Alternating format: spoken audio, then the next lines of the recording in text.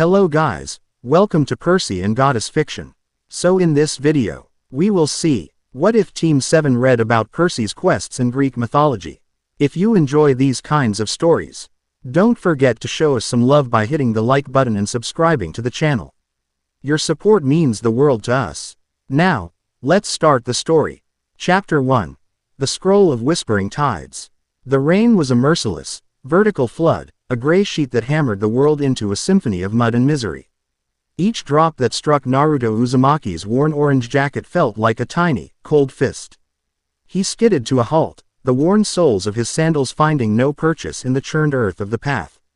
His breath soughed in his lungs, each gasp a cloud of steam in the sea.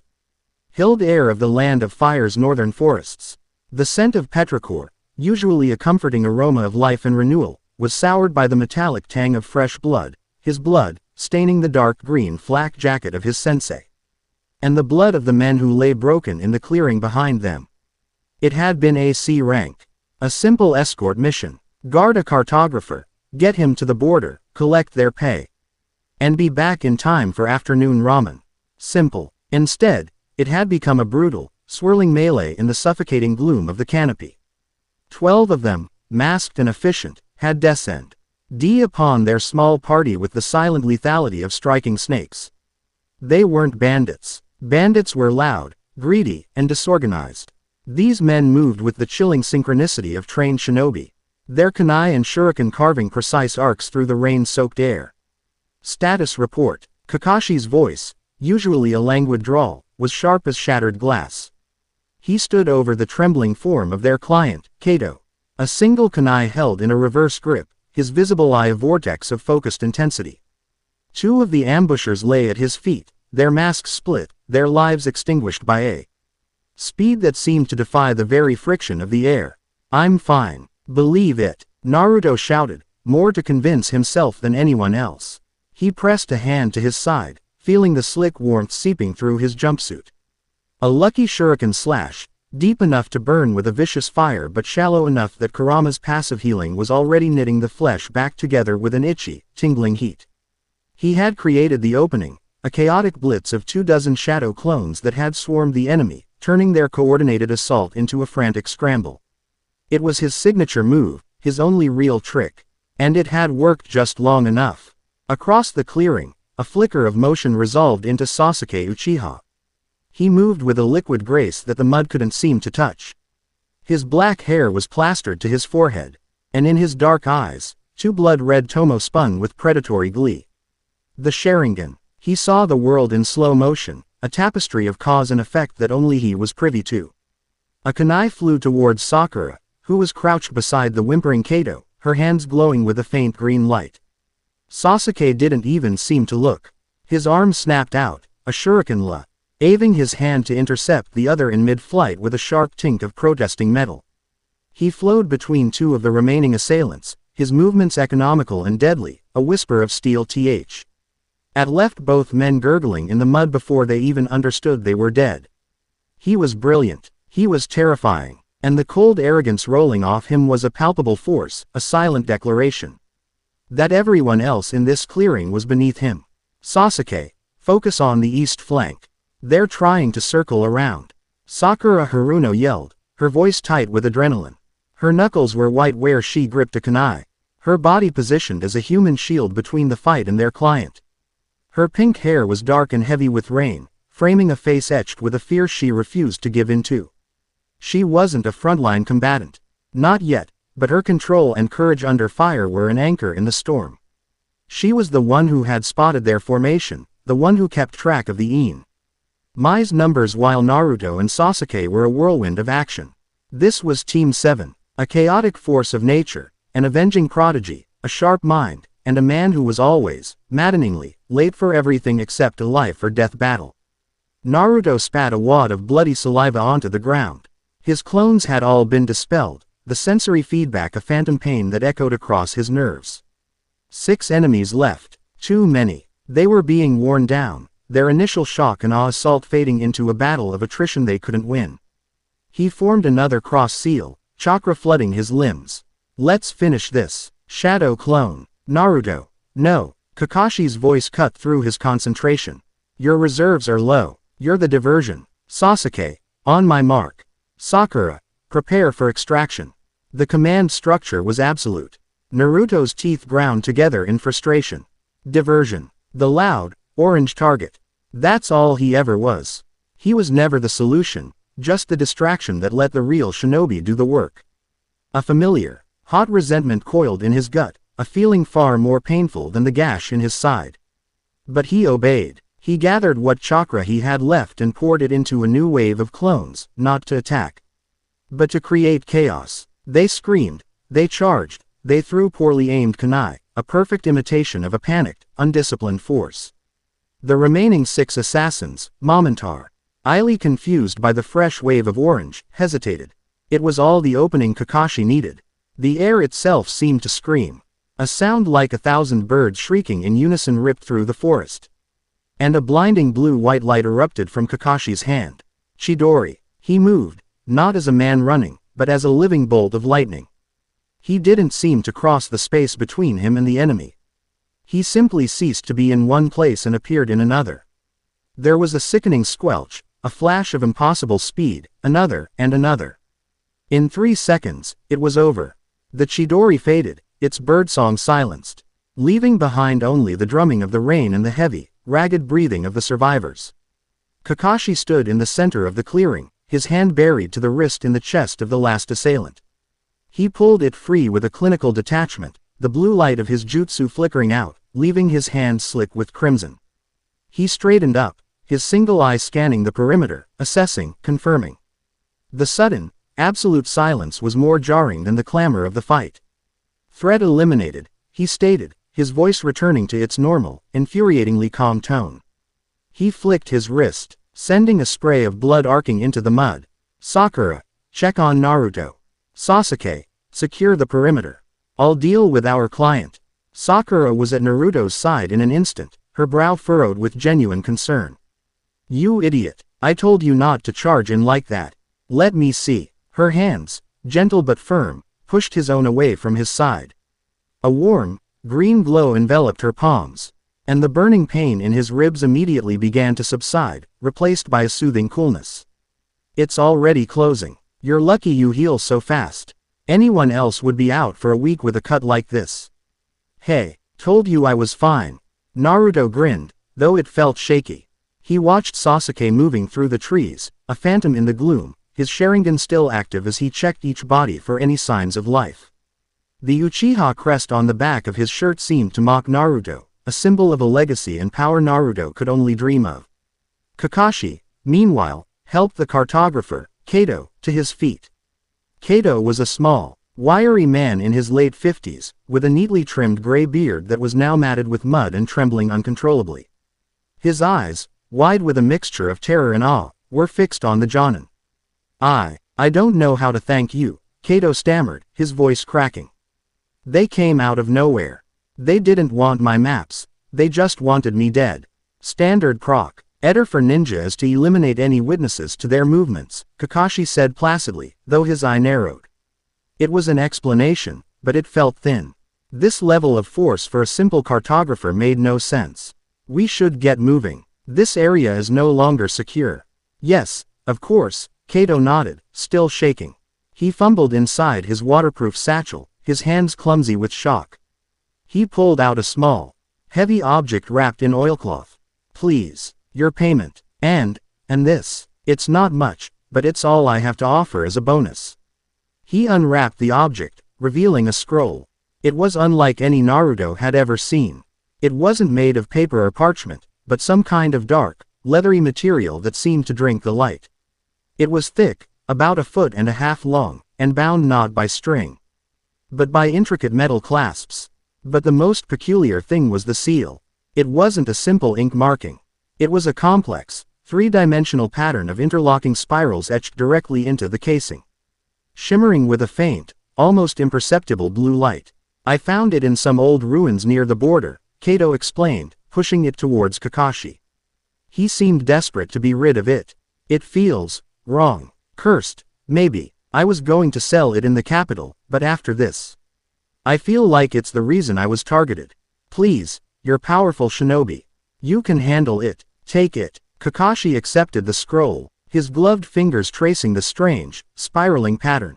Naruto felt a peculiar thrum in his gut, a faint resonance that seemed to answer the scroll's silent hum. Chi was a feeling so faint he almost dismissed it as a phantom sensation from his healing wound. An Uzumaki Fuinjutsu array, Kakashi murmured, his voice laced with a rare note of surprise. And a remarkably complex one. I've never seen a matrix this integrated. He looked up from the scroll, his gaze falling directly on Naruto, holding it for a second longer than was comfortable. Very well, Kato-san. On behalf of my team, we accept your gratitude. Now, let's get you to the border. The rest of the journey was a tense, silent affair. The rain slowly tapered off to a persistent drizzle, and the oppressive gray of the sky gave way to the bruised purple and orange of a stormy sunset. They walked in formation, a diamond with Kato in the center, every snap of a twig or rustle of leaves sending a fresh jolt of adrenaline through the exhausted genin. They delivered Kato to the border outpost, a drab, fortified collection of wooden buildings that smelled of damp wood and boiled cabbage. He thanked them again, his eyes still wide with the shock of the day's events, before disappearing into the safety of the walls.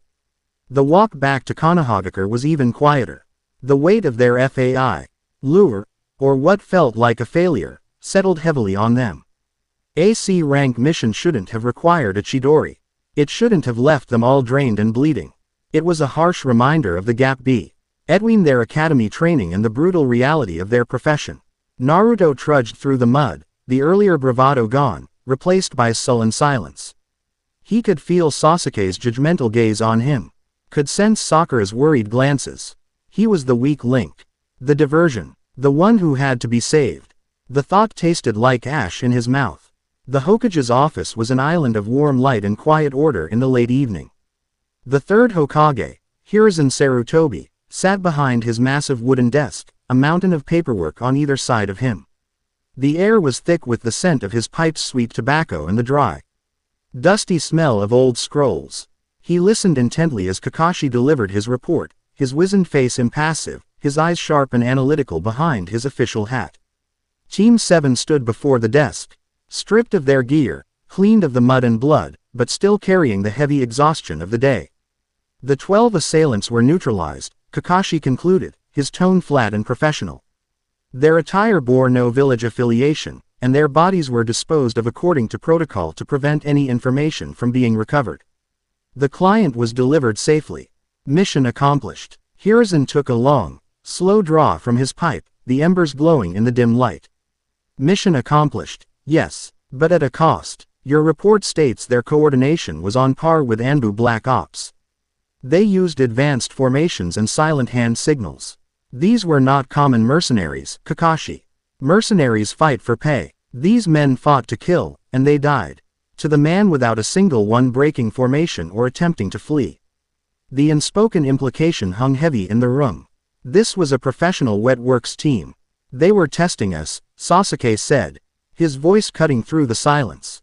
It wasn't a question. They were probing our defenses, analyzing our abilities. Hiruzen nodded slowly. That is my assessment as well, Sasuke-kun. The question is, who? And why would they use a simple cartographer as bait? He leaned forward, his old eyes seeming to look straight through them. Be on your guard, all of you. This mission file will be classified. You will speak of the details to no one.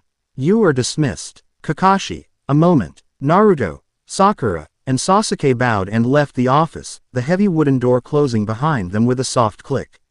The hallway was quiet, the paper lanterns casting a soft, flickering glow on the walls.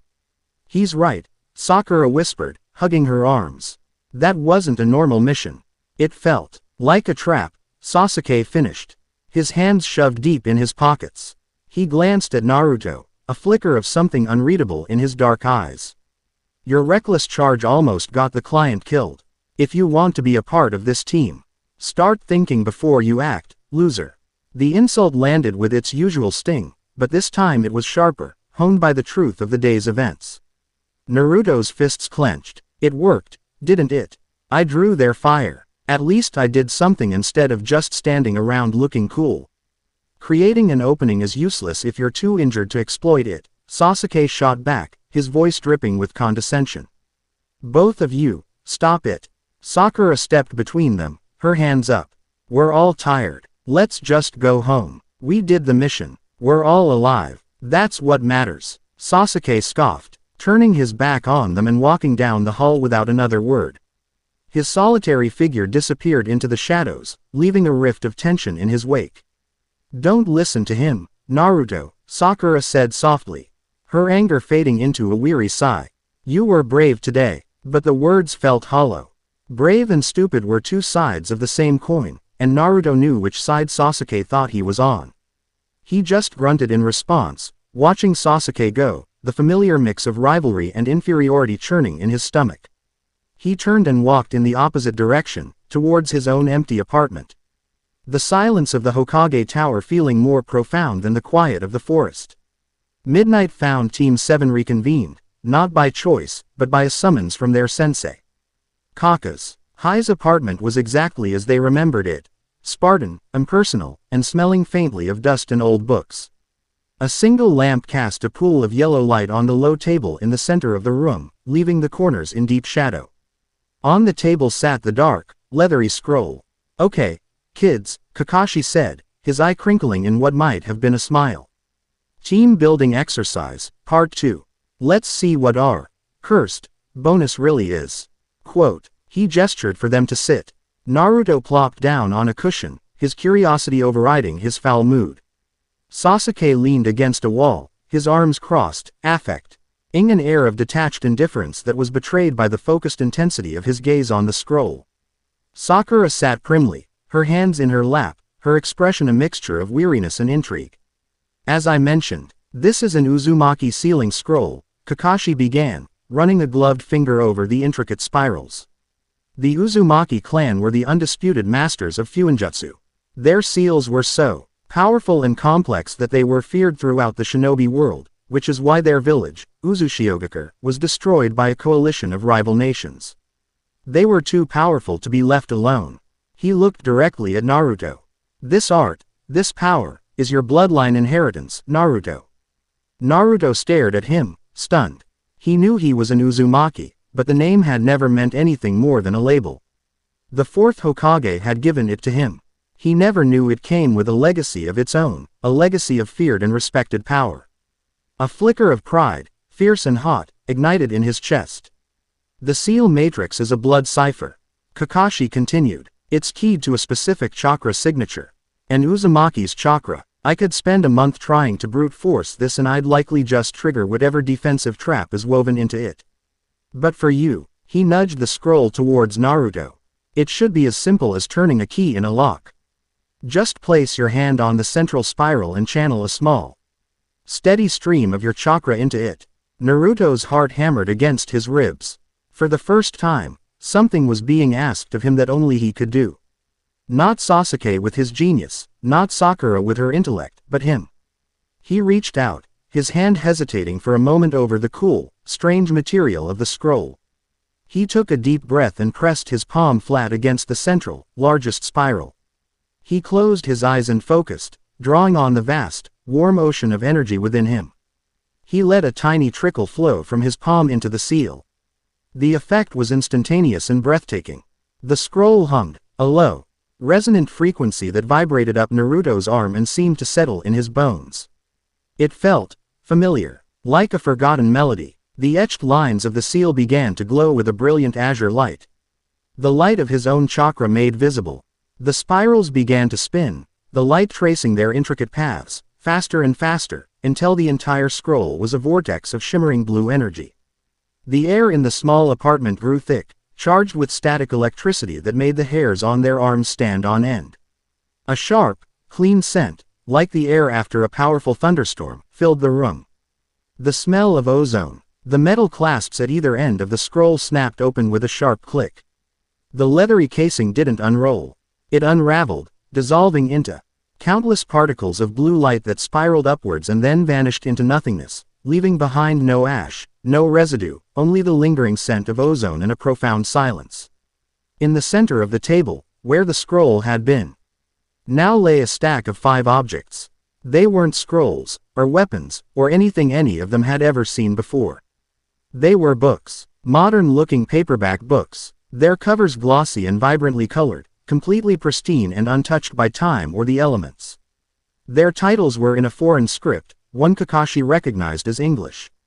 Sasuke pushed off the wall. His feigned indifference shattered. Sakura gasped, her eyes wide.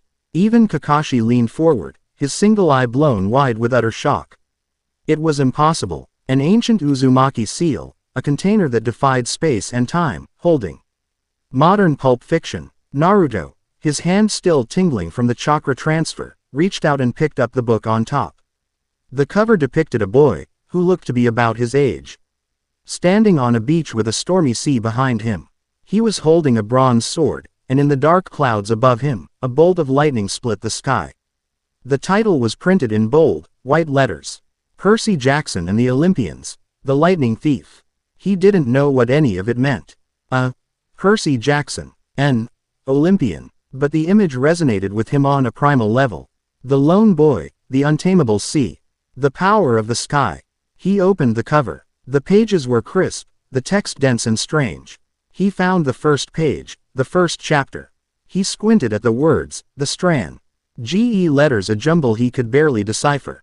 Yet somehow, the first line seemed to stand out, to arrange itself in his mind, translated by some lingering magic of the seal. He read it aloud, his voice, barely a whisper in the stunned silence of the room. Look, I didn't want to be a half-blood. The words hung in the air, an echo of a life he didn't know, yet a sentiment that was as familiar to him as his own heartbeat. The feeling of being something other, something not quite whole, something dangerous. The journey of Team 7 had ended for the day, but for Naruto Uzumaki, a far stranger one was just about to begin. Chapter 1 End. Chapter 2. The Son of the Sea and the Son of the Seal. The silence that followed Naruto's whispered words was a physical presence in the room. It was heavier than the humid night air, deeper than the steady, percussive drumming of the rain against the window panes. 4 pairs of eyes were fixed on the impossible object in Naruto's hands. A book, not a scroll, containing a world-shattering jutsu or a map to a forgotten treasure, but a simple, mass-produced storybook from a world they couldn't even conceptualize. It was an anomaly so profound it bordered on the absurd. A cosmic joke played by a long-dead Uzumaki with a peculiar sense of humor. Kakashi was the first to break the spell. He leaned forward, plucking the book from Naruto's unresisting fingers. His single eye scanned the cover. The vibrant illustration of the boy in the storm, then the foreign text. He flipped it over, reading the synopsis on the back, his brow furrowed in concentration. He was fluent in several languages for infiltration and intelligence gathering, but this was slow going, the slang and cultural idioms a puzzle in themselves. Percy Jackson, he read aloud, his pronunciation careful and clipped. Accused of stealing Zeus's master lightning bolt, goes on a quest across America to find it, to prevent a war among the Olympian gods. He looked up, his expression unreadable. It appears to be a work of fiction. A children's adventure story, based on an ancient mythology from a foreign land. Sasuke scoffed, the sound sharp and dismissive in the quiet room. He finally moved from his position against the wall, stepping into the pool of light. A children's story, that's what was inside a legendary Uzumaki seal. All that power, all that security, for this. His voice was laced with a bitter disappointment, the anticlimax a personal affront to his quest for power. He had imagined forbidden techniques, jutsu that could help him achieve his goal. This was worthless trash. Don't be so quick to judge, Sasuke, Kakashi said, his eyes still fixed on the book. The container is often as important as the contents. Why would someone go to such lengths to preserve this? And how did it get here? These books, they feel brand new. The paper is crisp, the ink is perfect. There's no sign of age whatsoever. He ran a thumb over the glossy cover. It was a paradox wrapped in an enigma, sealed with a riddle. Sakura, ever the analyst, leaned closer, her scientific curiosity piqued. The seal must have had some kind of temporal stasis properties, she mused, her finger tapping her chin. To preserve the materials perfectly. Or maybe it's not a preservation seal at all. Maybe it's a creation seal. A matrix that constructs the objects from raw chakra and information. Her mind raced, sifting through the limited theory she knew. That would be fuinjutsu on a level it's unheard of. Cage level, higher, even. The absurdity of the contents was overshadowed by the sheer technical mastery of the container. Naruto, however, wasn't thinking about the how or the why. He was stuck on the what. He pointed at the book in Kakashi's hand. What did that first line mean? Half-blood. Kakashi flipped back to the first page. It's a term for a child with one mortal parent and one parent who was a god. A demigod. The word hung in the air, resonating with a strange power. Demigod. Half human, half divine. A being of two worlds, belonging fully to neither. So, this Percy kid, his dad is a god? Naruto asked, his voice filled with a childish wonder that momentarily erased the exhaustion from his face. According to the story, yes, Kakashi confirmed. One of the Greek gods. Poseidon, it seems. Sasuke's derision was palpable. Fairy tales. We're shinobi. We deal in reality, chakra, bloodlines, jutsu. Not imaginary gods and their make-believe children. He turned to leave. This is a waste of time. Is it? Kakashi's voice was quiet, but it stopped Sasuke in his tracks. A story about a boy who was ostracized for something he can't control. A boy with a powerful, dangerous heritage he doesn't understand, who is hunted by. Why monsters for the simple fact of his existence? Does that not sound at all familiar to you, Sasuke? He didn't raise his voice, but the pointedness of the question was a physical blow. He was talking about Percy. But his gaze was flicking between the Uchiha prodigy and the blonde Jinchuriki. Sasuke's jaw tightened. The comparison was obvious, and he hated it. His bloodline, the Sharingan, was a mark of both pride and tragedy. It made him powerful, but it was also the reason his entire clan was dead, the reason he was hunted by his own brother. The parallel was infuriatingly accurate. Kakashi tapped the book. I summoned you here for a team-building exercise. And this is what we're going to do. We're going to read this. Together. Out loud. What? Sakura and Sasuke said in unison. You've got to be kidding me. Naruto exclaimed, though there was a spark of excitement in his eyes.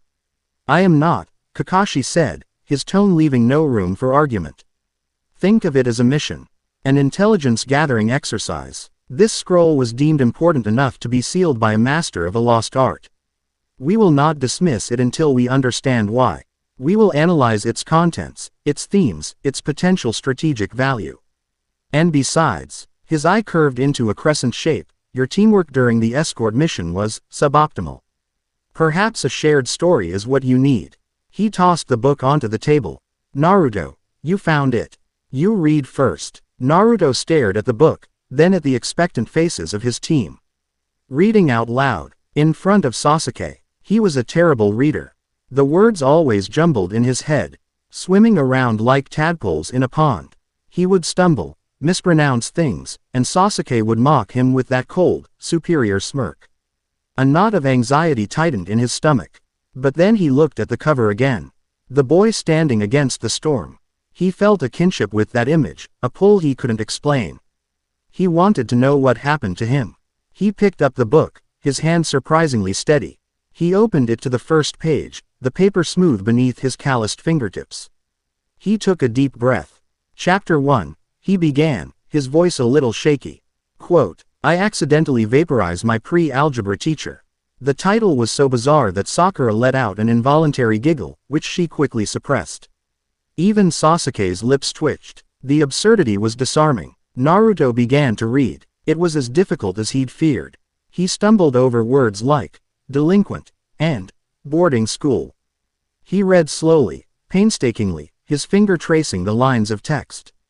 The story unfolded. It told of a troubled kid named Percy Jackson, bounced from school to school, with dyslexia and ADHD. A kid who always seemed to be in the wrong place at the wrong time, the epicenter of strange and inexplicable events. Wait, Naruto stopped, looking up. What's ADHD? Sakura, the ever-diligent student, answered immediately. Attention deficit hyperactivity disorder. It's a medical condition. It makes it hard for people to pay attention, and they can be impulsive and hyperactive. Naruto's eyes went wide. Hard to pay attention, impulsive, hyperactive. He was describing himself. He thought back to Iruka-sensei's endless lectures at the academy, the way his leg would start bouncing, his eyes drifting to the window, his mind desperate for any distraction own the crushing boredom of theory he couldn't grasp. He had always just thought he was a bad student, a failure. He'd never considered it might be something more, something he couldn't help. And dyslexia, Sakura continued, warming to the topic. That's a learning disorder that makes it difficult to read.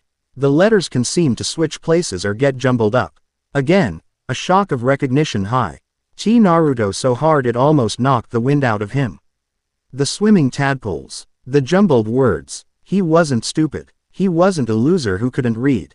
There was a name for what he went through. The knowledge was a revelation. A key unlocking a door in his mind he never knew was there. He looked down at the page, and for the first time, felt a sense of solidarity with the words instead of antagonism. He kept reading, his voice gaining a little more confidence. He read about Percy's trip to the museum, about his oafish classmate Nancy Bobofit, and his Latin teacher, Mr. Brunner. He read about the Greek myths. The stories of Kronos eating his children. Barbaric, Sakura murmured, to devour your own children out of fear they would supplant you. Not so different from some clan politics, Kakashi commented dryly, his eye lingering for a moment on Sasuke. The Uchiha clan, for all its prestige, was rife with stories of internal strife, of brothers turning against brothers for power. Sasuke's stony expression didn't change, but a muscle in his jaw twitched. The story was plucking at strings they all tried to keep hidden. Naruto's voice grew stronger as he read the scene where the kindly Mrs. Dodds transforms into a winged monster, a fury, and attacks Percy. His heart pounded in his chest as he described Percy's confusion and terror. Then came the moment when Mr. Brunner threw Percy a ballpoint pen, and it transformed into a bronze sword in his hand. Anaklusmos, Kakashi breathed, the word a soft hiss.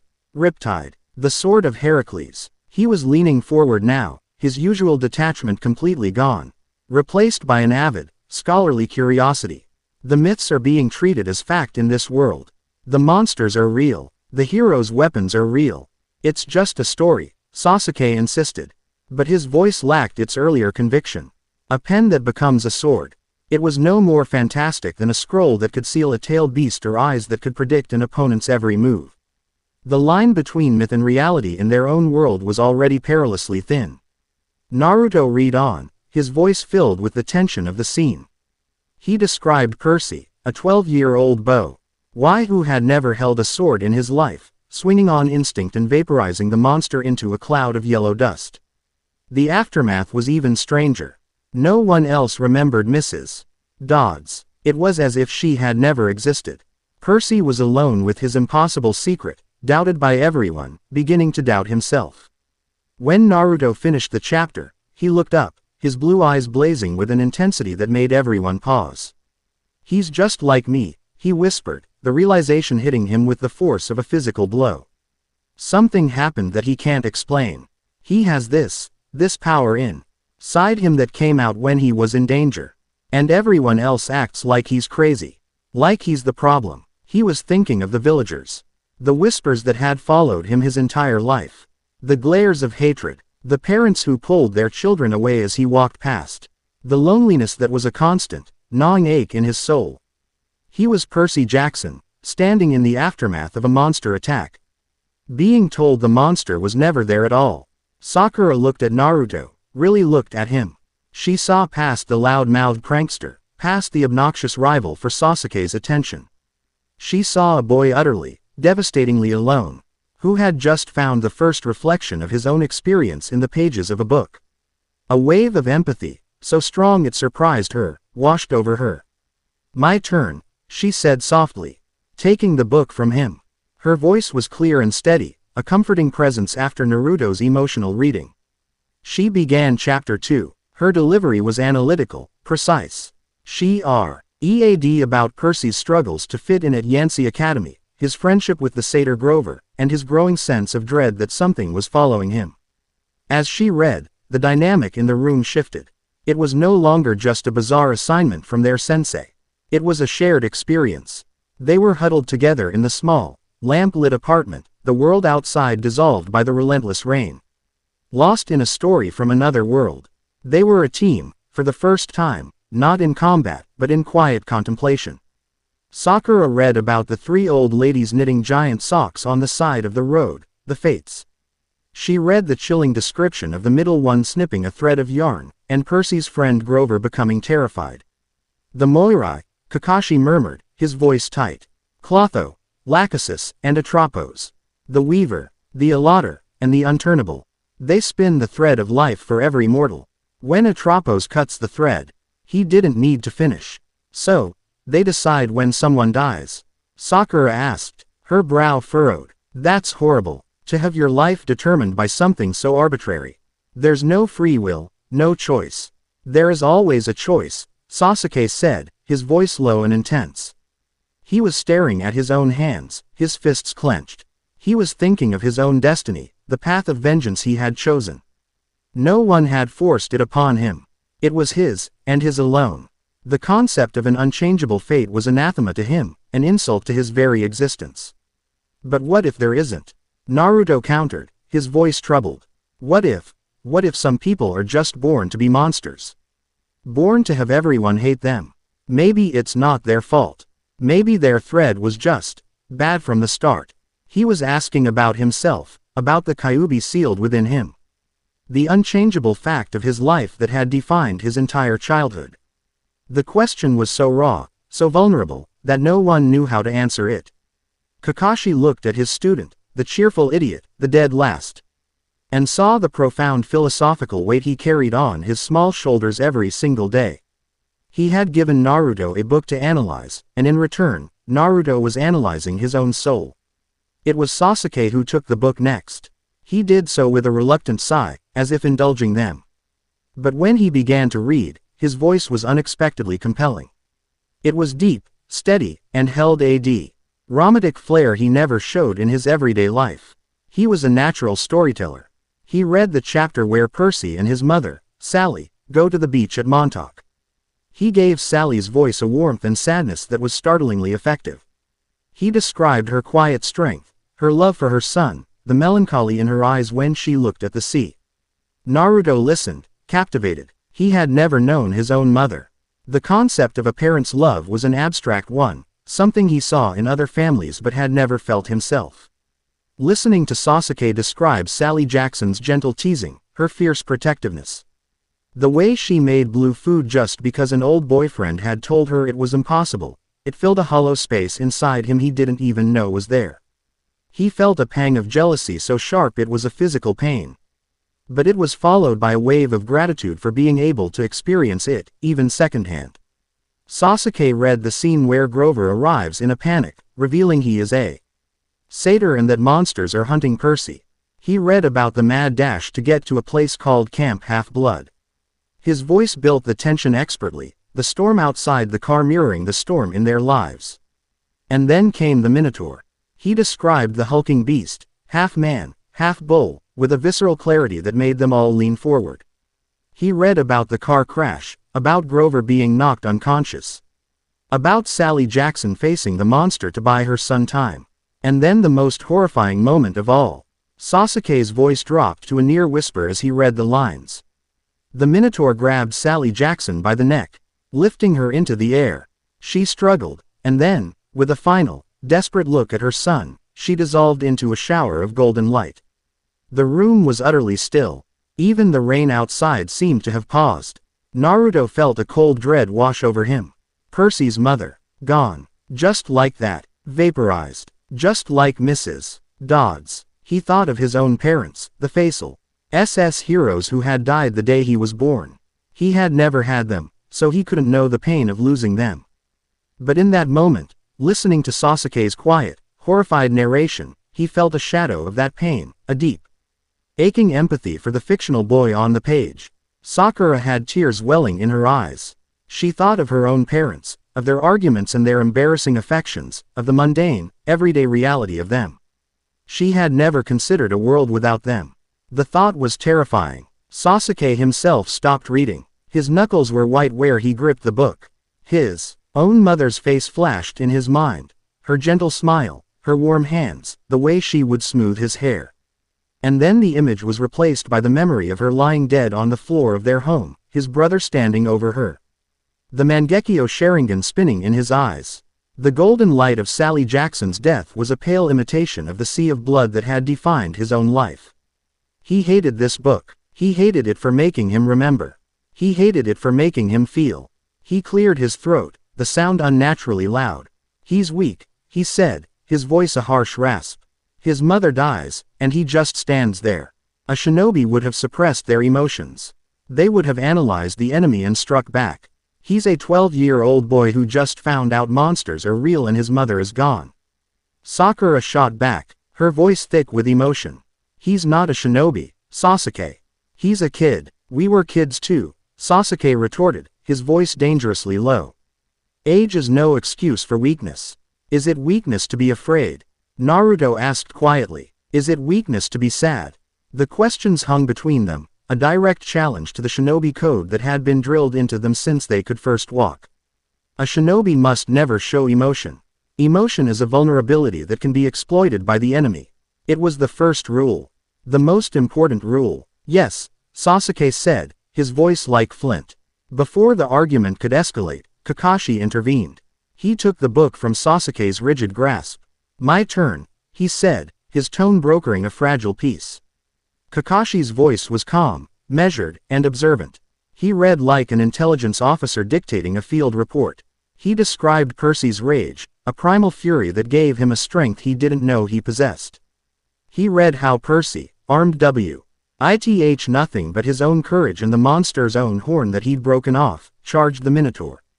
He narrated the brief, brutal fight, culminating in Percy driving the horn into the monster's side, killing it. The victory felt hollow, colored by the tragedy that had preceded it. Percy, exhausted, wounded, and emotionally shattered, staggered over the hill into camp half-blood, carrying his unconscious friend, and collapsed. Kakashi closed the book and placed it gently on the table. He had read them through the first 4 chapters. The foundation of Percy's world had been laid out. The gods were real, the myths were true. And being a half-blood was a dangerous and often tragic existence. Initial analysis, Kakashi said, falling back into the role of sensei. "Sakura, your thoughts." Sakura wiped her eyes, composing herself. The narrative structure is designed to elicit a strong emotional response from the reader, creating empathy for the protagonist. The world building is introduced organically through his experiences, rather than through dry exposition. The parallels between their world and our own are unsettling. The concept of bloodline limits, or Kekkei Genkei, is analogous to being a half-blood. A power inherited, not earned, that sets one apart and often makes one a target. Sasuke. Sasuke was silent for a long moment. "The protagonist is emotionally compromised and reckless," he said finally. "But he adapts. He uses his enemy's strength against it. He turns a disadvantage, being disarmed, into an advantage by claiming the horn as a weapon. It was an unconventional, but effective, tactic. There is strategic value in studying his improvisation. It was the closest he could come to giving a compliment." Naruto. All eyes turned to him. Naruto was staring at the book, his expression a mixture of awe, sadness, and something else, something like hope. He looked up, his blue eyes clear and steady. The goofy grin was gone. The loud, obnoxious bravado had vanished. In their place was a quiet, unnerving intensity. He had been a mirror for Percy's experiences, the ostracism, the strange powers, the loneliness. But Percy's story was giving him something he'd never had before, a framework, a context for his own life. "He's a hero," Naruto said, his voice soft but firm. "He lost everything, but he didn't give up. He fought back. He protected his friend. He did what he had to do." He paused, looking at each of his teammates in turn, his gaze lingering on Sasuke. "This Percy kid, he's hunted by monsters because of who his dad is. He didn't ask for it. He didn't do anything wrong. It's just who he is. And the world tries to kill him for it." He took a shaky breath, the words coming from a place deep within him. "He's not the monster. The things hunting him are." He looked down at his own hands, the hands that could form the seals for the Rasengan, the hands that held the chakra of the nine-tailed fox. "So, I'm not the only monster," he murmured, the words not for them, but for himself, a quiet declaration of a truth he was only just beginning to understand. The statement fell into the silent room, not with a crash, but with the quiet, world-altering gravity of a single snowflake landing on a still lake, the ripples spreading outwards, destined to change everything. Chapter 2 End. Chapter 3. Lessons from the Labyrinth. The days following their discovery bled into a new, peculiar rhythm. Missions, when they had them, were performed with a sharper, more nervous energy. The memory of the ambush served as a constant, low-grade hum of anxiety. A reminder that the world was far more dangerous than their C-rank assignments suggested. But it was the hours in between, the downtime that had once been filled with Naruto's loud declarations of future greatness, Sasuke's brooding silence, and Sakura's attempts to bridge the ever-widening gap, that were truly transformed. Those hours now belonged to the book. They devoured it. Huddled in Kakashi's cramped apartment or spread out under the shade of a tree in a quiet corner of the village, they journeyed with Percy into his strange new world. Kakashi had, with surprising speed, acquired a translation dictionary for the foreign script, smoothing out the rougher parts of their reading. They learned of Camp Half-Blood, a sanctuary and training ground for demigods that felt both alien and intimately familiar, a place not unlike Konoha itself. They met Annabeth Chase, daughter of Athena, the goddess of wisdom and battle strategy. Her sharp mind, her arrogance born of intelligence, and her tactical brilliance fascinated Sakura, who saw in Annabeth a reflection of the kunoichi she aspired to be. They met Clarice LaRue, the brutish daughter of Ares, the god of war. Her straightforward, aggressive approach to every problem was something Naruto understood on a visceral level, even as he disliked her bullying nature. It was the camp's signature activity, capture the flag, that truly ignited a fire in Naruto's mind. He listened, utterly captivated, as Sakura read Annabeth's strategy aloud, using Percy and the Ares cabin as a diversion, a loud and obvious threat, while a smaller, stealthier force flanked the enemy to achieve the real objective. It was deception. It was misdirection. It was using your opponent's perception of your weakness as your greatest weapon. It wasn't about being the strongest, it was about being the smartest. The concept hit Naruto with the force of a revelation. For his entire life, his answer to every problem had been to charge straight ahead, to overwhelm it with clones and raw determination. It had never occurred to him that there was another way, a better way. The change was subtle at first. A quietness fell over him during their reading sessions. He asked fewer questions but listened with an unnerving intensity. He started carrying a small notebook and a pencil, things he'd formerly despised as tools of the Academy's oppressive boredom. During breaks in training, he would be seen not practicing his Rasengan until his palm was raw, but sketching maps of the training grounds, marking lines of sight, choke points, and potential ambush locations. Sasuke watched this transformation with a silent, simmering contempt, viewing it as another of the loser's pointless phases. Sakura was intrigued, seeing a focus in Naruto she had never witnessed before. And Kakashi watched everything, his visible eye betraying nothing, but a deep, scholarly interest stirring behind his placid mask.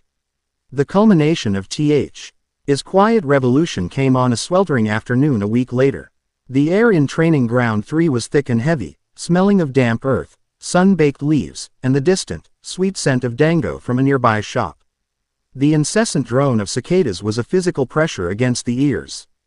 Team 7 stood in a clearing, the grass worn down to packed dirt from countless sparring sessions. 3 battered training posts, scarred with the marks of kunai and jutsu, stood like silent sentinels. "All right," Kakashi announced, snapping his ever-present orange book shut with a soft thud.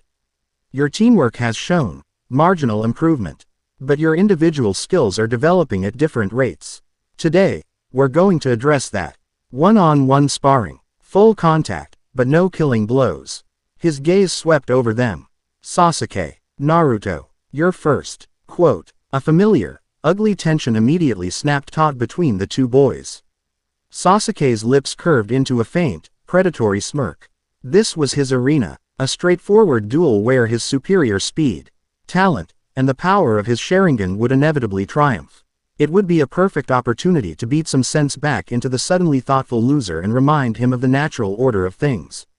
"Hey, you got it, Kakashi-sensei." Naruto's grin was wide, his voice loud, a perfect imitation of his old self. "Get ready to eat dirt, Sasuke." Sakura sighed, a worried frown creasing her brow.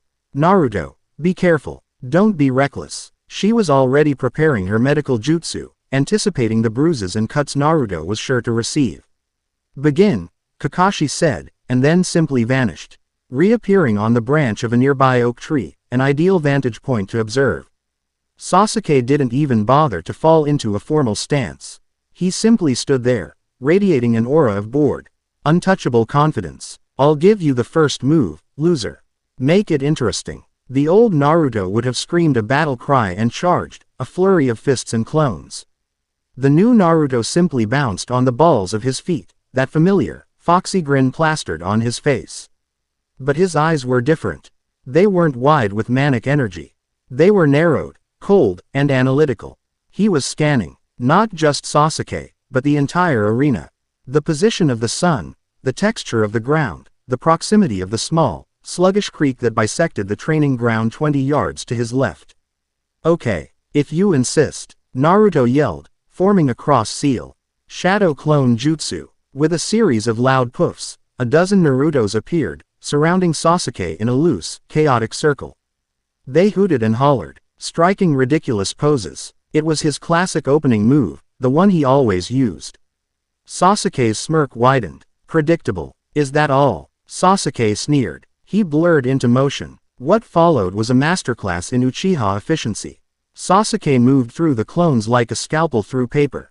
Each strike was precise, aimed at the single point required to dispel them. He didn't waste a single movement. A kick here, an elbow there, a quick jab.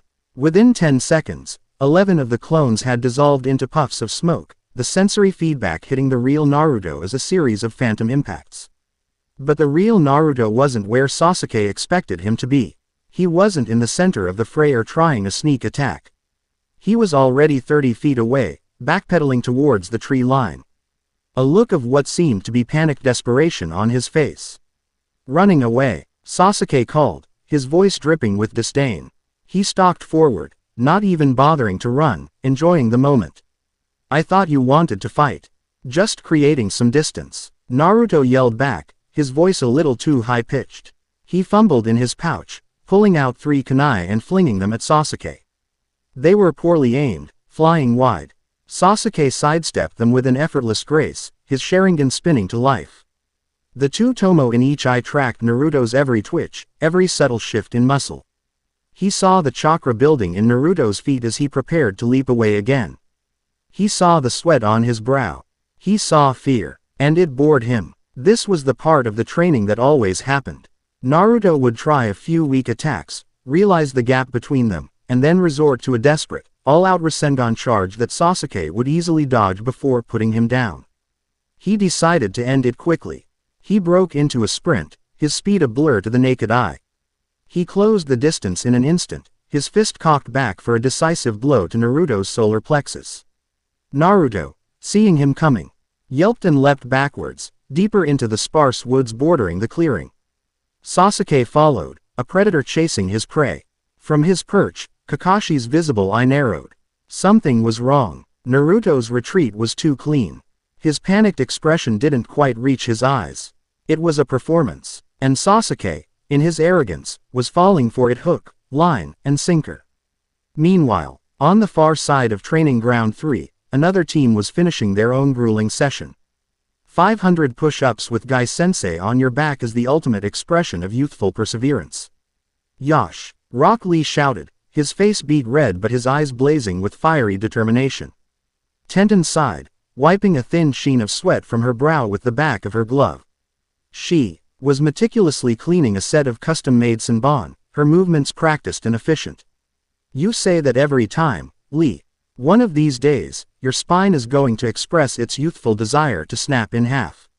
Neji Hyuga stood nearby, his arms crossed, his long hair stirring in the faint breeze. He was observing his teammates with an air of detached superiority, as if their boisterous efforts were beneath him. Your efforts are futile, Lee. A hard-working failure will never surpass a natural genius. It is destiny. It was then that the sounds of the spar from across the training ground rang. Shed them, a series of sharp poofs and a familiar, loud-mouthed yell. Ah, it seems Kakashi Senpai's youthful team is engaged in the glorious crucible of combat. Lee exclaimed, his attention immediately captured. Let us observe and learn from their dynamic flames of rivalry. Tenten rolled her eyes but was secretly curious. She stood up, her interest piqued. She respected Kakashi, and the Uchiha prodigy was undeniably skilled. It was always useful to observe the fighting styles of potential opponents for the upcoming Chunin exams. Neji followed, a flicker of interest in his pale, lavender eyes. He had already deemed Sasuke a worthy rival. Naruto, he had dismissed as irrelevant. They weren't the only ones. Team 10 had just finished a rather lazy training session that consisted mostly of Shikamaru Nara trying to nap under a tree while Ino Yamanaka complained about the heat and Choji Akamichi worked his way through a large bag of potato chips. It's that loudmouth and Sasuke-kun, Ino said, her voice a mixture of annoyance at Naruto and excitement for Sasuke. She immediately stood up, brushing the grass from her skirt. Let's go watch Sasuke-kun wipe the floor with him. It'll be the only interesting thing to happen all day. Shikamaru sighed, the sound a portrait of profound laziness.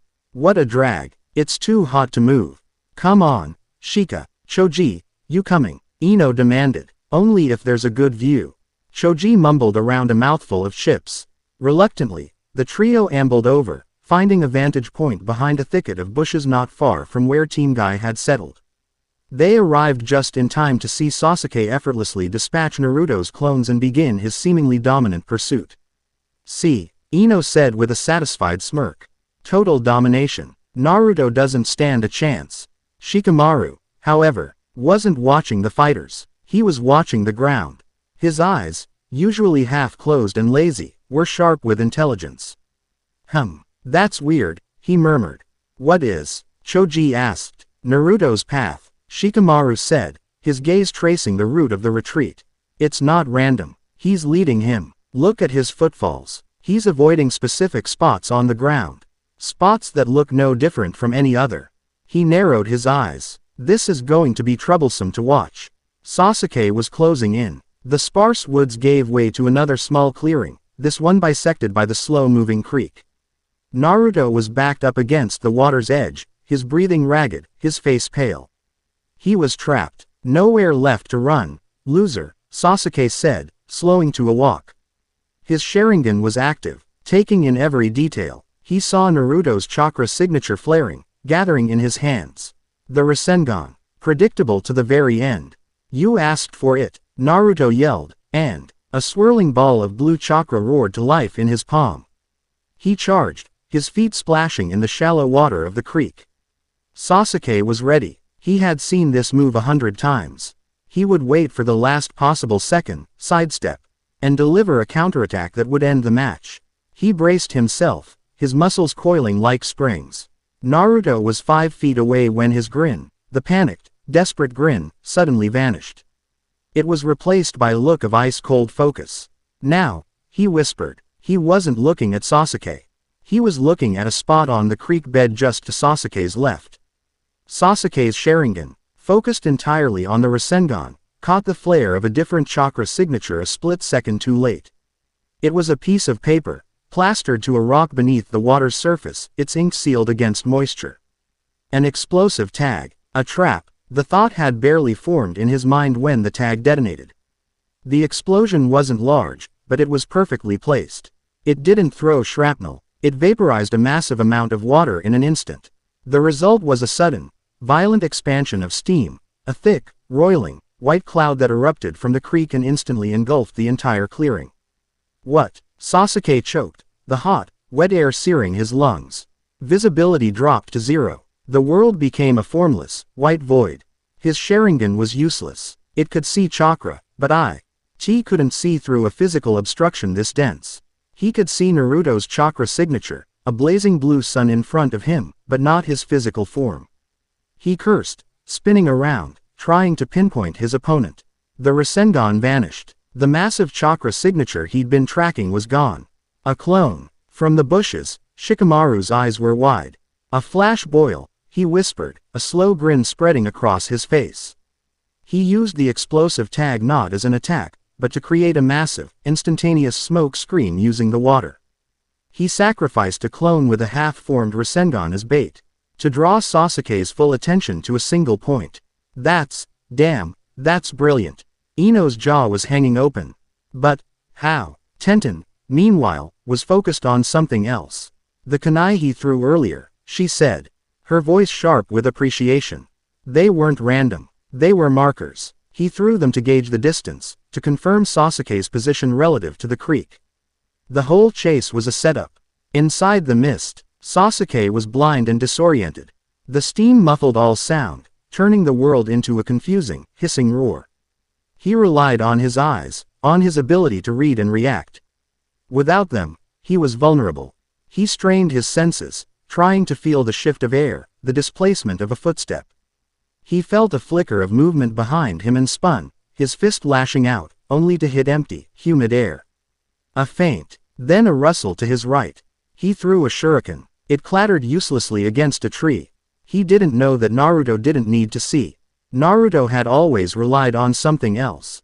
Instinct. A primal, animalistic sense of his surroundings, honed by years of being an outcast and amplified by the faintest whispers of the Kyuubi's sensory abilities. To him, the mist wasn't a hindrance, it was his arena. He could feel Sasuke's tense, coiled energy like a beacon in the whiteout. A floorboard creaked in a silent house. A twig snapped in a quiet forest. A kunai, held in a reverse grip, pressed gently against the carotid artery on Sasuke Uchiha's neck. Naruto's voice was a low whisper, right beside his ear. Yield. The shock was a bolt of ice in Sasuke's veins. He hadn't heard him. He hadn't seen him. He hadn't sensed him. One moment he was the hunter, the next, he was the prey, and the transition had been so seamless he hadn't even realized it had happened. The cold, hard steel against his throat was an undeniable reality. In a real fight, he would be dead. For a single, silent, breathless moment, the world stood still. Then, pure, unadulterated rage erupted in Sasuke's chest. Humiliation burned hotter than any fire jutsu. He, an Uchiha, the last of his clan, a genius with the Sharingan, had been outsmarted. Outmaneuvered. Beaten by Naruto. It was impossible, unacceptable. With a roar, he channeled chakra through his entire body, unleashing a pulse of raw energy. It wasn't a jutsu, just a violent, physical outburst that threw Naruto backwards. At the same time, Sasuke spun, his hands flying through seals. Fire style. Great fireball jutsu. A massive torrent of flame erupted from his mouth, incinerating the mist in a great, whooshing roar. The steam vanished, replaced by scorching heat and the smell of burnt ozone. The attack wasn't aimed at Naruto, it was an act of pure, frustrated rage, designed to obliterate the arena of his defeat. Naruto landed on his feet 20 yards away, the heat washing over him. The kunai was still in his hand. He hadn't yielded. He had won the engagement. He had proven his point. The clearing was silent again, save for the crackle of a few burning leaves and the heavy, ragged sound of Sasuke's breathing. He stood there, his chest heaving, his Sharingan spinning wildly, staring at Naruto with an expression of such murderous fury that even Sakura, watching from the sidelines, felt a chill run down her spine. From the trees, Kakashi landed softly on the ground. "That's enough," he said, his voice calm but with an underlying edge of steel that cut through the tension. "The match is over." He looked from Sasuke's trembling rage to Naruto's quiet, watchful stance. He looked at the steam-scorched ground, the hidden, submerged rock where the tag had been, and the kunai still lodged in a tree trunk far from the fighting, a marker, just as Tenten had surmised. "A decisive victory," Kakashi stated, looking directly at Naruto. "For a well-planned and flawlessly executed strategy." The praise, so rarely given, was a physical blow to Sasuke. But it was a lifeline to Naruto. It was validation. It wasn't a fluke. It wasn't luck. It was skill. Sasuke just glared, then turned on his heel and stalked away, his fists clenched so tight his knuckles were white. He didn't say a word. He didn't need to. His silence was a screaming vow of vengeance. Sakura rushed over to Naruto, her eyes wide with a mixture of disbelief and a dawning, brilliant respect. "Naruto, that was, how did you?" She gestured vaguely at the creek, the trees, her mind trying to piece together the layers of the strategy. "The clones were just a diversion. You were leading him the whole time. You used the environment. You used his own arrogance against him. It was like something Annabeth would have done. Naruto just gave her a small, tired smile. "He's faster than me," he said, his voice quiet, devoid of its usual boastfulness. "He's stronger than me. His eyes can see everything. So I had to fight him in a place where none of that mattered." Across the training ground, the other two teams were silent, processing what they had just witnessed. "Troublesome," Shikamaru said again, but this time it was with a tone of deep, profound respect. That wasn't just a plan. That was a psychological trap. He conditioned Sasuke to expect a certain kind of fight and then completely subverted it. "The kid is a lot smarter than he looks." Ino was speechless. The loud, orange-clad idiot she had dismissed her entire life had just, for all intents and purposes, defeated her precious Sasuke-kun. And he had done it with his mind. The focused, intense boy in the mist was a completely different person from the class clown. A far more interesting one. Neji's pale eyes were narrowed. "A clever trick," he sniffed, his voice tight. "But it relied on obscuring his vision. Against my Byakugan, such a tactic would be useless. Fate has already decreed him a failure. This changes nothing." But Tenten shook her head, her gaze filled with a professional, almost academic, admiration. "You're wrong, Neji. It wasn't about the mist. The mist was just the final move. It was about the preparation. The kunai placements. The tripwires we didn't even see get sprung. The choice of battlefield." He turned a basic, explosive tag into a non-lethal area denial weapon. He won the fight 10 minutes before it even started. That's not a trick. That's craftsmanship. Later that evening, long after the others had gone home, Naruto sat alone on the highest head of the Hokage monument. The stone face of the fourth Hokage was cool beneath him as the sun bled across the horizon, painting the sky in hues of orange and purple. He wasn't celebrating. He was analyzing. "I won," he thought, replaying the spar in his mind. But just barely. He knew that if Sasuke hadn't been so arrogant, if his rage hadn't clouded his judgment, the outcome could have been very different. Sasuke's raw power and speed were still on another level. The great fireball jutsu at the end had been proof of that. His strategy had worked, this time. But as Annabeth knew, you couldn't use the same trick twice. He needed more tools, more strategies, more knowledge. He looked down at the village, a sprawling sea of lights coming to life in the twilight. For so long, he had just wanted them to see him, to acknowledge his existence. Now, he wanted something more. He wanted their respect, not for the monster sealed inside him, or for the legacy of the father he never knew. He wanted them to respect him, Naruto Uzumaki. The boy who could outthink a genius. The boy who could find a lesson in a labyrinth. He pulled out his notebook. On a clean page, under the heading, Uchiha Counter Strategies, he drew a rough sketch of the Sharingan. Then, with a determined glint in his eye, he began to write. Chapter 3 End. Chapter 4. An Oracle's Warning, a Root's Shadow. The victory, as Naruto quickly discovered, was a peculiar kind of poison. In the days following the spar, the atmosphere within Team 7 shifted from a tense rivalry to a thick, unspoken accord of mutual avoidance.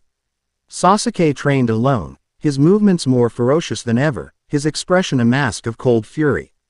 He pushed himself to the brink of collapse each day, the humiliate ion of his defeat serving as a relentless furnace for his ambition. He spoke to no one, and the glares he directed at Naruto were sharp enough to cut stone. It was not the anger of a rival bested in a fair fight, it was the cold, hateful fury of a king whose divine right to rule had been challenged by a peasant. Sakura, in turn, was caught in the crossfire. Her newfound respect for Naruto's intel leapt warred with her long-standing admiration for Sasuke's power and her deep-seated desire for his approval.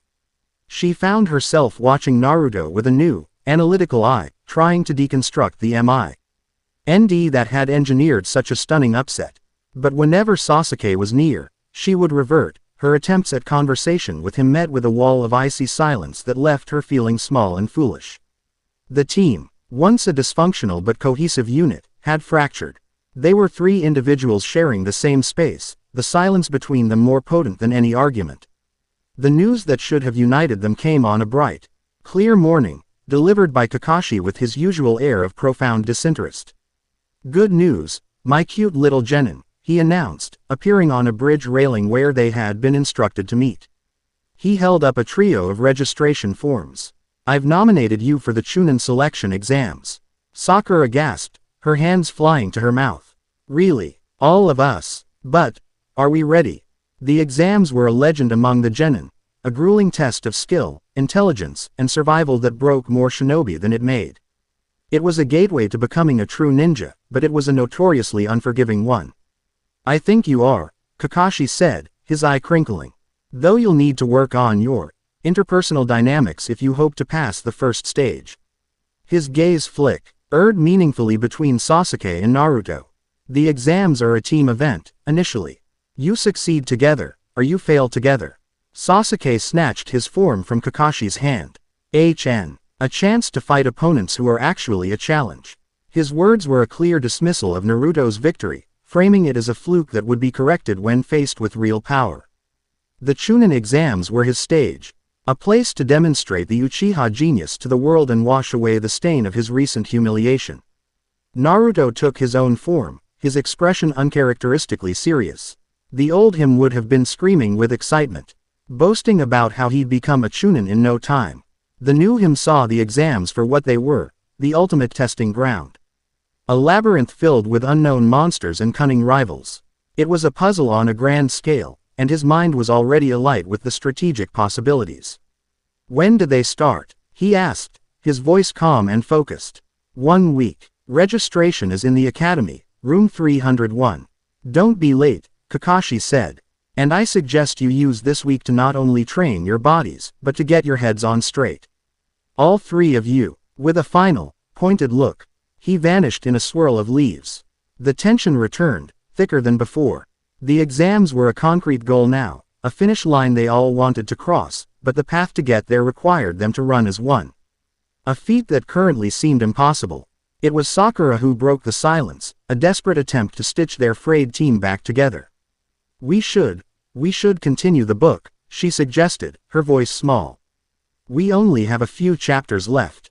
Maybe it will help." It was the only thing they had truly shared in the past weeks. A common ground. Sasuke grunted a noncommittal response and turned away. But he didn't leave. Naruto simply nodded. It was a fragile truce, but it was a start. Later that afternoon, they sat in their now familiar circle in a secluded corner of a public park. The oppressive heat of midday had given way to a pleasant warmth, and the air was filled with the distant sounds of the village preparing for the influx of foreign ninja, the clang of hammers from merchants reinforcing their stalls, the shouts of children playing, the low hum of a prosperous and peaceful community. It was a world away from the shadowy glade where Percy Jackson stood, on the verge of accepting a quest that could lead to his death. It was Naruto's turn to read. His voice, once hesitant and stumbling, was now clearer, more confident. He had been practicing in his apartment at night, the desire to understand Percy's world a powerful motivator to overcome his lifelong struggle with the written word. He read aloud the description of the Oracle of Delphi, not a wise old sage, but a shriveled mummy sitting in the attic of the big house, spewing green smoke and cryptic prophecies. The imagery was so bizarre, so grotesquely comical, that it broke the tension between them, eliciting a reluctant snort of laughter from Sasuke. Then came the prophecy itself. Naruto's voice dropped as he read the 4 lines that would define Percy's quest, each one a verse of rhyming, ominous doom. "You shall go west, and face the god who has turned," he read, his brow furrowed. "You shall find what was stolen, and see it safely returned." He paused, taking a breath before the next 2 lines, which seemed to be written in a heavier, darker ink. "You shall be betrayed by one who calls you a friend, and you shall fail to save what matters most, in the end." He finished, and the words settled over them like a shroud. The cheerful sounds of the village seemed to fade away, leaving only the chilling echo of the oracle's warning. "Well," Sakura said, her voice a nervous tremor. "That's grim." "It's a trap," Sasuke stated immediately, his voice flat and cold. "The prophecy is designed to create suspicion and paranoia. The line about betrayal will make him doubt his allies, weakening his team from within. It's a form of psychological warfare." He was analyzing it as a shinobi would, stripping it of its mystical connotations and seeing it only as a tactical problem. But there was a flicker of something else in his eyes, a deep, resonant pain. You shall be betrayed by one who calls you a friend. It was the story of his life, the defining tragedy that had shaped him. He saw his brother's smiling face, the kind words, the shared training sessions, all of it a lie that had ended in the blood of his entire clan. But what about the last line? Sakura asked, her voice barely a whisper. Fail to save what matters most. It's so cruel. It tells him he's doomed to fail before he even starts. Why would anyone accept a quest like that? Because they have to, Naruto said quietly. He was staring at the page, but his eyes were distant, looking inward. His mom is gone. His whole life has been turned upside down. The world is about to go to war. What choice does he have? He looked up at them. Sometimes, you don't get to choose your mission. The mission chooses you, and you have to see it through, no matter what the cost. It was a surprisingly mature sentiment coming from him, a glimpse of the Hokage he always claimed he would be. He understood the burden of duty, the weight of a responsibility you never asked for. Prophecies are not an exact science. Kakashi's voice drawled from a branch above them. They hadn't even sensed his arrival. He dropped down, landing silently beside their circle. They are often riddles. Failing to save what matters most could mean anything. It could mean his own life. It could mean the life of a friend. Or it could mean something he doesn't even realize is important yet. The future is not a straight line. It's a tangled web of possibilities. You believe in them, then? Sakura asked, looking up at her sensei. Prophecies. In our world. Kakashi's visible eye surveyed his three students, a thoughtful, almost melancholic expression on his face. The world is older and stranger than you can imagine. There are powers that operate outside our understanding of chakra and jutsu. Yes, Sakura, prophecies are very real. His gaze settled on Naruto. There was a great prophecy made many years ago, by the great Toad Sage of Mount Myoboku. It spoke of one of my sensei's students, a child of prophecy, who would one day be faced with a choice that would either save the world, or destroy it utterly. The revelation landed with the force of a physical blow. Naruto stared at him, his mouth agape. Your sensei, he stammered. You mean, the fourth Hokage? No, Kakashi said softly. My other sensei, Jiraiya of the Sannin. Naruto's mind reeled. The pervy old Toad Sage he had met once, briefly. A child of prophecy. A choice that could save or destroy the world. It was too much. The fictional burden of Percy Jackson had suddenly become terrifyingly real, and its shadow was falling directly over him. He wasn't just the container of the nine tails. He was something more, something foretold, a piece in a cosmic game he didn't understand. But the fear that gripped him was quickly replaced by something else. A fierce, defiant resolve. He looked down at the book, at the prophecy that promised betrayal and failure. Percy had accepted it. He had squared his should-rs and stepped out into the unknown to face his destiny. He was afraid, but he didn't run. So what? Naruto said, his voice ringing with a newfound conviction that startled everyone, including himself. So what if it's all laid out? So what if it says you're gonna fail? It doesn't matter. You still have to try. You still have to fight. He clenched his fist. A prophecy is just a warning. It's a puzzle. You just have to be smart enough to figure it out before it's too late. That's all. He was no longer just empathizing with Percy. He was learning from him. He was taking the demigod's Kora-ge and forging it into a shield for his own uncertain future. Kakashi watched him, a slow, genuine smile spreading beneath his mask. The book was doing more than just teaching Naruto tactics. It was giving him a philosophy. It was tempering his will into something unbreakable. Far beneath the sunlit park, in the cold, sterile heart of Konoha's foundations, the world was a different place. There was no warmth here, no laughter, no scent of dango. There was only the low hum of ventilation systems, the precise, rhythmic footfalls of tabi-clad feet on polished concrete, and the smell of antiseptic and old secrets. This was the headquarters of the Anbu Black Ops subdivision known only as Root. It was a place that did not officially exist. In a stark, featureless chamber, devoid of any decoration save for a single, unadorned wooden desk, sat a man who was more shadow than substance. Danzo Shimura. Half of his face was a network of ancient scars, his right eye hidden beneath a swath of bandages. His exposed left eye was dark and sharp, a chip of obsidian that missed nothing. He sat with perfect, rigid posture, his hands resting on the desk, a living statue of ruthless pragmatism. The door slid open with a faint hiss, and an operative entered. He wore the standard gray flak jacket and black uniform of an Anbu, but his mask was completely blank, a featureless white oval of porcelain that betrayed no emotion, no identity. He knelt before the desk, his head bowed. Lord Danzo. The operative's voice was a monotone, filtered and distorted by the mask. Report, Karasu, Danzo said. His voice was a dry rustle, like dead leaves skittering across pavement. The asset, designation QB, continues to exhibit anomalous psychological and tactical development, Karasu began, his tone never wavering. Observation of the most recent training engagement with the Uchiha subject confirms and accelerates previous assessments. He placed a thin folder on the desk. Danzo did not open it. He simply waited for the verbal summary. The asset's combat methodology has fundamentally diverged from standard academy doctrine, Karasu reported. He no longer relies on overwhelming numbers or brute force. The engagement was won through a multi-layered strategy involving psychological conditioning, environmental manipulation, misdirection, and the precise, unconventional use of basic shinobi tools.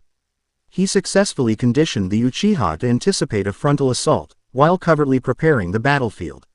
He then used a clone as tactical bait to lure the Uchiha into a prepared kill zone. The final move, the use of a standard explosive tag to create an aqueous vapor screen, is a tactic with no precedent in our databanks. It was highly creative and flawlessly executed. Danzo remained silent, his fingers steepling. The report was as chilling as it was impressive.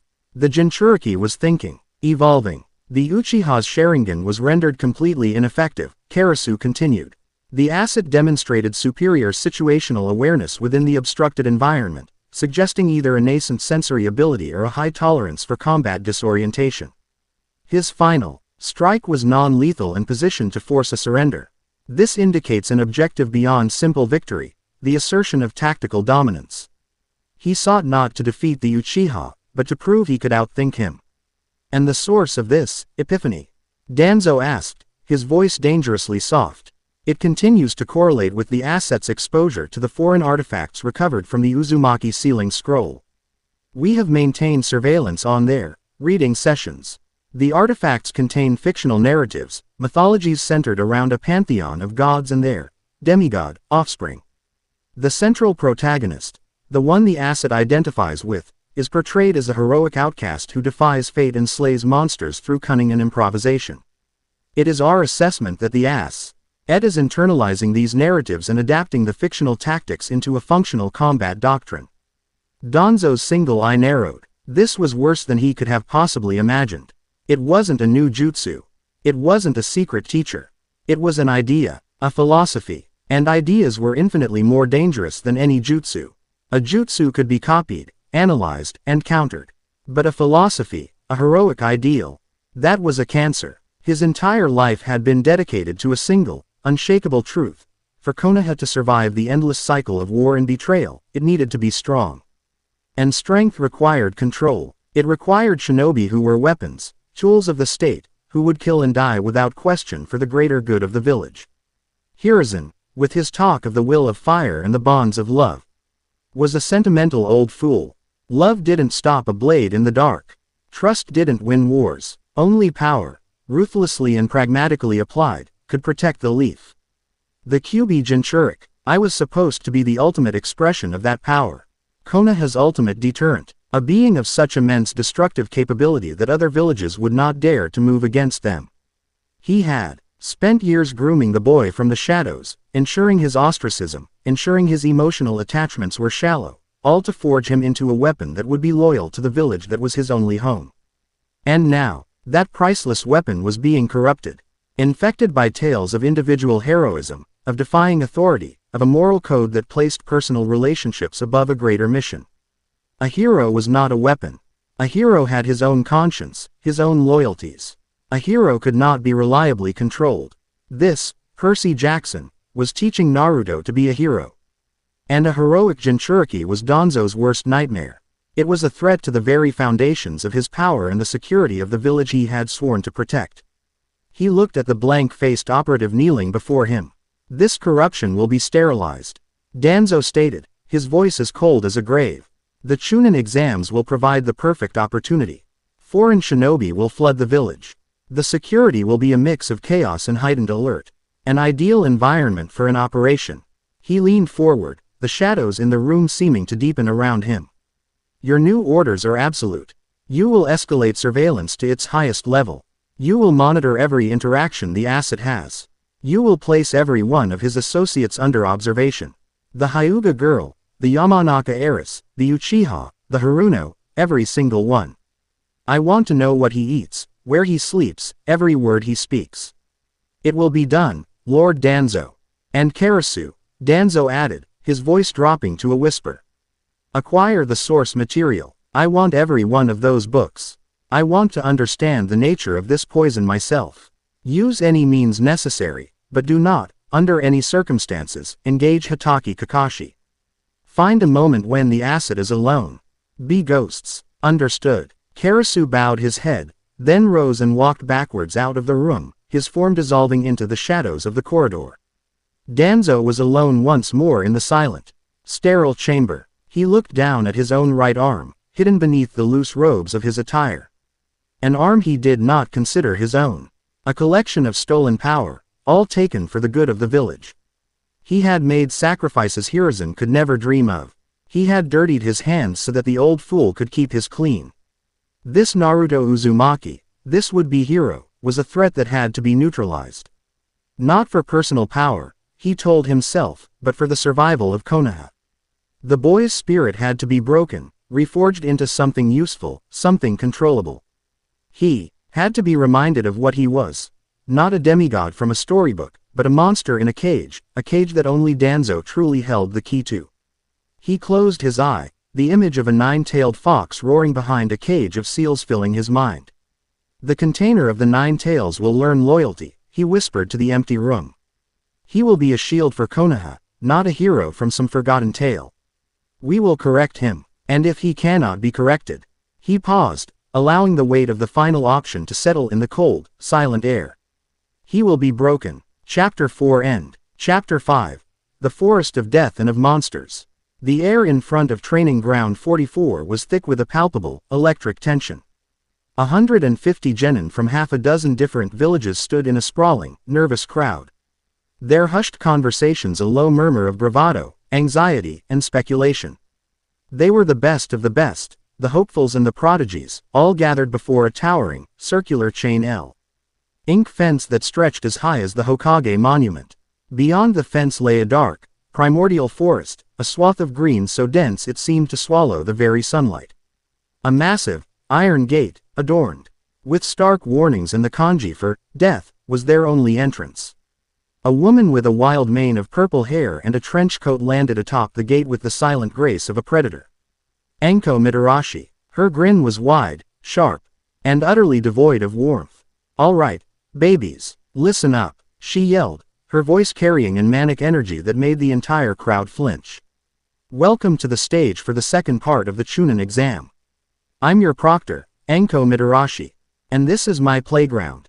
Training Ground 44, better known as the Forest of Death. She savored the ripple of fear that went through the genin. You're about to find out why it's called that, she cackled. She explained the rules with bloodthirsty glee. A 5-day survival test, a battle royale for 2 types of scrolls, heaven and earth. To pass, a team had to reach the tower in the center of the forest with both scrolls in their possession. Oh, and one more piece of advice, Enko added, her grin widening as she pulled a kunai and licked a drop of blood from a fresh cut on her cheek. Don't die. The gates groaned open, revealing a dozen different entry points into the oppressive gloom. The forest seemed to breathe, exhaling a cool, damp air that smelled of rot and old things. The old Naruto would have been shaking with excitement, yelling that he wasn't scared of any stupid forest. The new Naruto was silent, his blue eyes narrowed as he scanned the tree line. He wasn't looking at the trees, he was analyzing them. The height of the canopy, the thickness of the undergrowth, the lack of birdsong. The forest wasn't just a location. It was an opponent. He thought of the stories they had read, of Percy and his friends descending into the labyrinth, a place that was actively hostile, that shifted and hunted its occupants. This felt the same. Sasuke stood beside him, his body coiled like a spring. The presence of so many other shinobi, so many potential opponents, had sharpened his senses. This was a hunt, and he was a predator. His gaze swept the crowd, dismissing the weak, sizing up the strong. The Sand Siblings, the Sound Ninja with their unsettling smirks, the stoic Kumo team. This was where he would prove himself. Sakura was trying very hard not to tremble. The proctor's speech, the ominous name, the sheer, suffocating presence of the forest, it was all designed to terrify them, and it was working perfectly. She clutched the strap of her pack, her knuckles white. Their team was given their scroll, Earth, and assigned Gate 12. As they walked towards their entrance, the silence between them was a heavy, suffocating blanket. The fracture from the spar had not healed, and now they were about to enter the most dangerous trial of their lives as a broken unit. The moment they stepped through, the gate and the forest canopy closed over their heads, plunging them into a world of deep green shadows. Naruto stopped. "Hold up," he said, his voice low and firm. Sasuke didn't even turn. "What is it? Scared already?" He kept walking, eager to put distance between them and the entrance. "No," Naruto said, his voice commanding enough that Sasuke actually paused. Thinking. "Anko said we have 5 days. The tower is 10 kilometers from the gate. Even at a genin's pace, we could run there in a few hours. So why give us 5 days?" Sakura frowned, her analytical mind engaging. "To give everyone time to find the scrolls. To allow for multiple engagements. That's part of it," Naruto conceded. "But it's more than that. It's a survival test first, a combat test second. The goal isn't just to get to the tower. It's to get there alive. This place," he gestured to the massive, gnarled trees and the disturbingly silent undergrowth, "is designed to kill us. The other teams are a secondary threat. The forest is the primary one." Sasuke finally turned, his expression a mixture of annoyance and impatience. "What's your point, Naruto?" "That we should be careful. Don't state the obvious." "My point," Naruto said, meeting his gaze without flinching, "is that we need to change our objective. Our mission isn't, get the Heaven Scroll and run to the tower. Our mission is, survive for 5 days.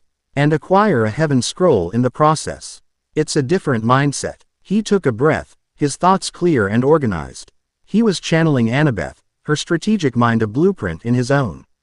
"We do this like a long-range infiltration mission.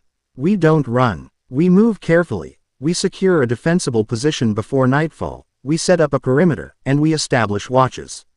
We let other teams run themselves ragged on the first day, let them fight each other and get worn down. We conserve our strength, we gather intelligence, and we pick our target when the time is right. We hunt, we don't brawl." It was the most articulate, strategically sound argument either of them had ever heard from him. Sakura's eyes widened. He was right. It was a perfect plan, prioritizing servive and efficiency over reckless glory-seeking. It was the smart play. Sasuke, however, saw it as a coward's gambit. So your brilliant plan is to hide," he sneered. "I came here to fight strong opponents. Not to cower in the bushes and wait for scraps. It's not hiding, it's tactics." Naruto shot back, his voice rising with frustration. "You saw what happened in the ambush on the escort mission.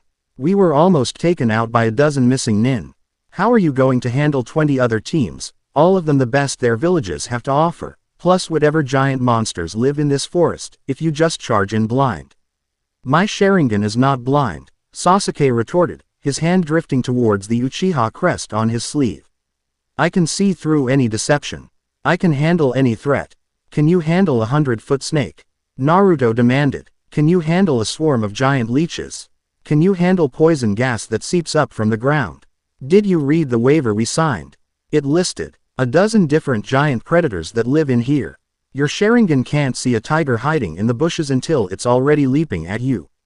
He was quoting Percy's arguments with Clarice, the warning NGS Chiron had given them about the dangers outside of camp. "He's right, Sasuke-kun," Sakura said softly, siding with Naruto. The logic was undeniable. Sasuke's desire for a glorious battle was an emotional weakness, not a strategic asset. Naruto's plan gives us the best chance of survival. We can't fight if we're exhausted, injured, or poisoned. The 2vs1 dynamic settled the argument. Sasuke's jaw tightened, a muscle pulsing in his cheek. He had been overruled by Sakura, and by the loser he had sworn to surpass. The humiliation was a bitter pill to swallow. Fine, he bit out, the word clipped and venomous. Do it your way, but if we fail because we were too busy cowering, it's on you. He didn't wait for a reply, simply melting into the shadows of the trees to take a forward scouting position. The truce was fragile, but it held. For now, they would follow Naruto's lead. The first few hours were a tense, nerve-wracking crawl. They moved in a tight delta formation, Sasuke scouting ahead, Sakura in the rear, and Naruto in the center, coordinating their movements with a series of quiet hand signals he had apparently designed himself. He moved with a newfound purpose, his senses on high alert. His head was on a constant swivel, his eyes scanning not just the path ahead, but the canopy above and the ground beneath his feet. He pointed out tripwires left by other teams, patches of ground that looked too soft to be stable, and strange, sweet-smelling flowers that were likely poisonous. As dusk began to settle, painting the forest in long, eerie shadows, he called a halt. They had found a small, defensible clearing, dominated by a massive, ancient tree whose roots were like stone buttresses, creating a series of natural alcoves. It offered good cover and clear lines of sight into the surrounding woods. "We make camp here for the night," Naruto declared. While Sasuke took up a watchful position on a high branch, his Sharingan glowing faintly in the gloom, Naruto and Sakura set about securing the perimeter. This wasn't a simple campfire.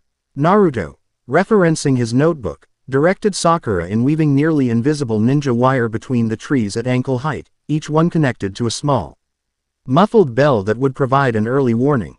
He used a scroll to summon several pre-made pitfall traps, which he carefully concealed under a layer of leaves and low soil on the main approaches to their camp. "Password system," he said to Sakura as they worked, his voice a low whisper. "If one of us is returning to camp, the challenge is Riptide. The response is Anaclosmos. If you get it wrong, or don't answer, we assume you're an enemy in disguise or under a genjutsu, and we attack. No exceptions." Sakura nodded, her heart pounding. This was real. The level of caution, the intricate preparations, it felt less like an exam and more like they were establishing a foothold in hostile territory. She watched Naruto as he worked, his movements efficient and precise. He was completely focused, his usual manic energy channeled into a quiet, deadly competence. The change was so profound it was almost dizzying. The boy who had spent 3 years trying to pass a simple clone jutsu was now teaching her advanced fieldcraft. The first watch belonged to Sasuke. The second, to Sakura. The third, to Naruto. When Sakura's turn came, the forest had transformed. The relative quiet of the day had been replaced by a cacophony of unseen life. The air was cool and heavy with the scent of damp moss and decay. Every rustle of leaves, every snap of a twig, sent a jolt of pure adrenaline through her. She sat with her back against the rough bark of the giant tree, a kunai clutched in her hand, her senses strained to their absolute limit. She thought about Naruto's plan, about his calm command. He had been a leader today, a real one, and a small, traitorous part of her mind admitted that she had felt safer following his lead than she ever had during Sasuke's reckless charges. When Naruto came to relieve her, he moved so silently she didn't notice him until he was right beside her, a shadow detaching itself from other shadows. "Anything," he whispered. She jumped, startled. "No, nothing. Just noises. Get some sleep," he said, his voice gentle. "You did good." She nodded and retreated into one of the root alcoves, curling up but knowing she wouldn't be able to sleep. Naruto took her place, his back against the tree, and let his senses expand. He closed his eyes, focusing not on what he could see, but on what he could feel. The thrum of the life in the forest. The faint whispers of Kurama's chakra, amplifying his own senses, making him aware of the heat signatures of small animals in the undergrowth, the slither of a snake 50 yards away. The lazy flap of a giant bat's wings high above. And something else. A presence. It was vast, cold, and utterly ancient. It wasn't moving. It was just there. A massive chakra signature, So huge it felt less like a living creature and more like a geographical feature, a mountain of dormant power. It was deep within the forest, in the direction of the tower. It was sleeping. He hoped, with every fiber of his being, that it stayed that way. An hour into his watch, it happened. A faint tinkle of a bell from the eastern perimeter. Naruto was on his feet in an instant, a kunai in his hand, his body low to the ground. He didn't shout. He moved to where Sasuke was sleeping and pressed a hand over his mouth, waking him instantly. Sasuke's eyes snapped open, the Sharingan already blazing. Naruto put a finger to his own lips, then pointed east. Sasuke nodded, his annoyance overshadowed by the immediate, palpable threat. The system was working. A long, drawn-out hiss echoed through the trees. It was a sound of agonizing pain. It wasn't an animal. It was human. Naruto and Sasuke crept to the edge of their clearing, peering through the thick ferns. What they saw made their blood run cold. A genin from the village hidden in the grass was screaming, his face contorted in a mask of pure agony as he was slowly, inexorably being dissolved by a massive, shadowy gust of wind. Another grass ninja, a girl with long, dark hair, stood over him, her expression a blank slate. And then a third figure appeared. It moved with a slow, languid grace that was utterly terrifying. The figure was tall and slender, wearing the flak jacket and forehead protector of the grass village, but its face was a nightmare.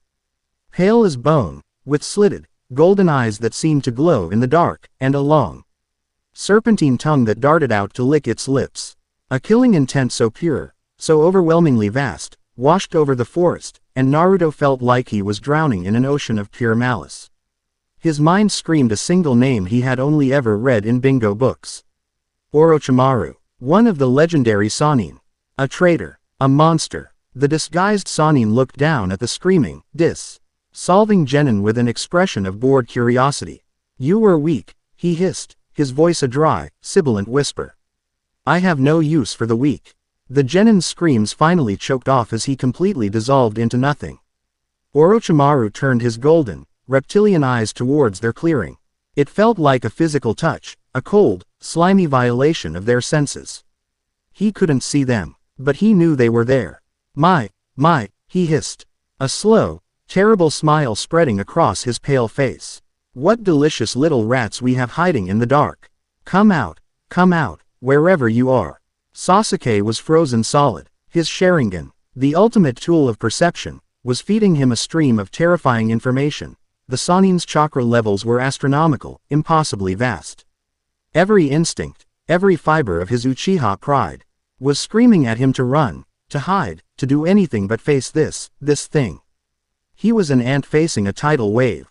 Sakura, woken by the scream, had crept up behind them.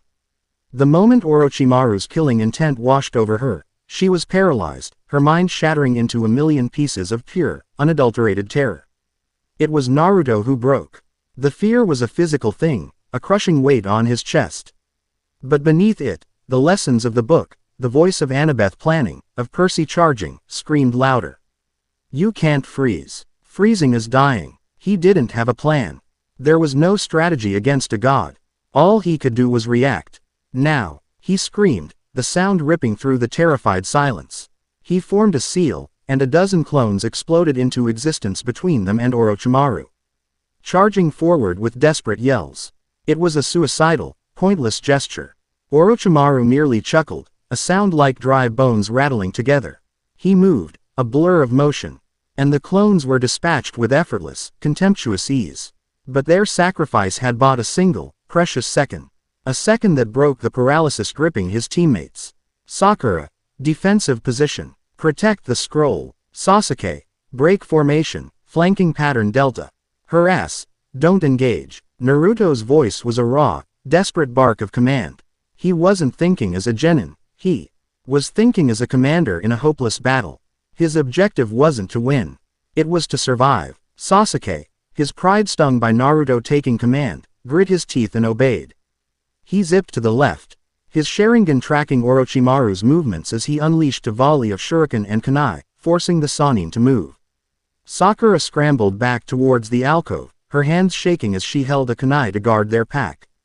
Orochimaru's golden eyes fixed on Sasuke, a flicker of genuine interest in their depths. Ah, the Uchiha. I was hoping I would find you here. Such lovely eyes. He ignored Naruto's clones, which were now trying to create diversions, and flowed towards Sasuke. His neck elongated, stretching like rubber, his head striking like a viper. Sasuke, thanks to his Sharingan, dodged at the last possible second. But Orochimaru's fangs grazed his shoulder, drawing blood. The fight was a chaotic, terrifying blur. Naruto used his clones to shield Sakura, to throw weapons, to do anything to draw the monster's attention away from Sasuke, who was being toyed with, systematically broken down. It ended when Orochimaru, tired of the game, appeared directly in front of Sasuke. He held their heaven scroll in one hand, which he must have taken from the dead grass nin, and their earth scroll in the other, snatched from Sakura's pack in a movement too fast to see. You have spirit, Sasuke-kun, Orochimaru hissed, his long tongue darting out to lick Sasuke's cheek. But you are weak, you lack power, but I can give it to you. A little gift, a parting present. His neck stretched again, and he sank his fangs deep into the side of Sasuke's neck. Sasuke screamed, a raw, agonized sound of pure agony, as a black, tomo-like pattern spread from the bite mark. He collapsed, unconscious. Orochimaru stood, holding both scrolls. He looked at Naruto, who stood protectively in front of Sakura and Sasuke's fallen form, his body battered, his chakra nearly gone, but his eyes blazing with a defiant, hateful fire. Such an interesting leader you have, little Uchiha, Orochimaru mused, his golden eyes filled with a strange, analytical light. So fierce, so protective, a pity he can't save you from yourself. He tossed their earth scroll back onto the ground. I'll let you keep this one. It will be more entertaining to watch you struggle. When you desire true power, Sasuke-kun, seek me out. And with that, he and his female subordinate melted back into the forest, vanishing as if they had never been there at all. The silence they left behind was absolute. The forest was still once more. Sakura was sobbing, her body racked with tremors. Sasuke lay on the ground, unconscious, the black marks on his neck pulsing with a malevolent energy. Naruto stood over them, his body screaming in protest. Every muscle aching, his mind reeling from the sheer, overwhelming terror. They had survived. He had kept them alive. But it was not a victory. It was a devastating, soul-crushing defeat. He looked down at his fallen rival, at his terrified teammate, and then out into the dark, monstrous forest that had almost claimed them. The exam wasn't over. It had just begun. Suddenly, a rustle in the bushes nearby made him spin around, his last kunai held in a shaky grip. 3 figures emerged into the clearing. Kiba, his dog Akamaru perched on his head, sniffing the air with a low growl. Shino, his hands in his pockets, insects buzzing audibly beneath his coat. And behind them, Hinata Hyuga, her pale Byakugan eyes wide with shock and concern as she took in the scene of absolute devastation. She saw the unconscious Sasuke, the weeping Sakura, and finally, Naruto. Battered, exhausted, but standing unbroken, a defiant guardian over the wreckage of his team. Her breath caught in her throat. He was just like the stories she'd heard her father's guards tell of the 4th Hokage. A single, unwavering light in the deepest darkness. Chapter 5 End. Chapter 6. A gathering of demigods and shinobi. The silence in the aftermath of Orochimaru's departure was a fragile, glassy thing, ready to shatter at the slightest touch.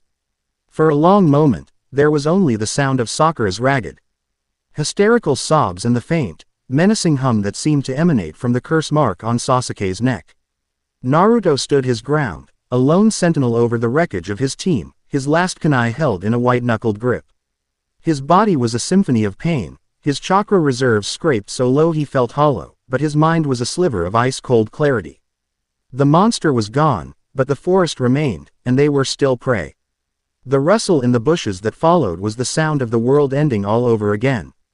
He spun, placing his exhausted body between the sound and his teammates, his teeth bared in a snarl of pure, defiant desperation. When the figures of Team 8 emerged from the gloom, it took his adrenaline-addled brain a full second to process that they weren't another immediate threat. Kiba stood in front, Akamaru on his head letting out a low, warning growl, his nostrils flaring as he took in the scent of ozone, blood, and something else, something ancient and reptile. Lien that made the fur on his own back stand up. Shino was a step behind, his impassive face and dark glasses revealing nothing, though the agitated buzzing of his Kikaichu insects betrayed his tension. And then there was Hinata. She stepped past her teammates, her Byakugan already active, the veins around her temples stark and pronounced. Her wide, pale eyes, capable of seeing the flow of life itself, took in the entire horrific scene in a single, comprehensive glance. She saw the malevolent chakra churning in the curse mark on Sasuke's neck, a chaotic, violet poison. She saw the terror-ind UCED chakra fluctuations causing Sakura's body to tremble uncontrollably. And she saw Naruto. She saw the deep exhaustion in his energy pathways, the network of minor injuries and bruises covering his body. The way his chakra was a guttering candle flame on the verge of extinguishing. But she also saw the unyielding line of his shoulders, the way he stood over his fallen comrades like a shield, the fierce, protective fire in his depleted spirit that burned brighter than anything else in the clearing. He was a pillar in the ruins, and the sight struck her with the force of a physical blow, stealing the air from her lungs. What happened here? Kiba demanded, his usual boisterousness replaced by a wary, animalistic caution. It smells like a snake and a graveyard. Naruto didn't lower his kunai.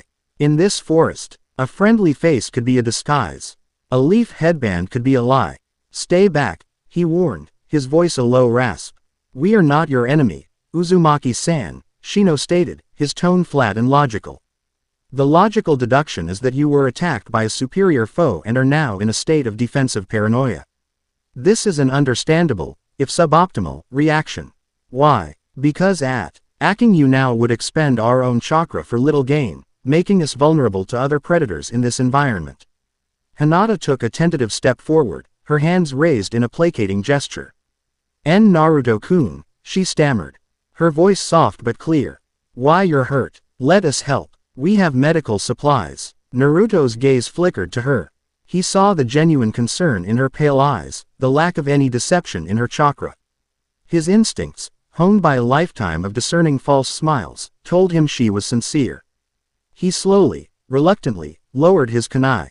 The tension in his shoulders sagged, and the full weight of his exhaustion hit him like a physical blow, making him stagger. We were attacked, he said, his voice barely a whisper.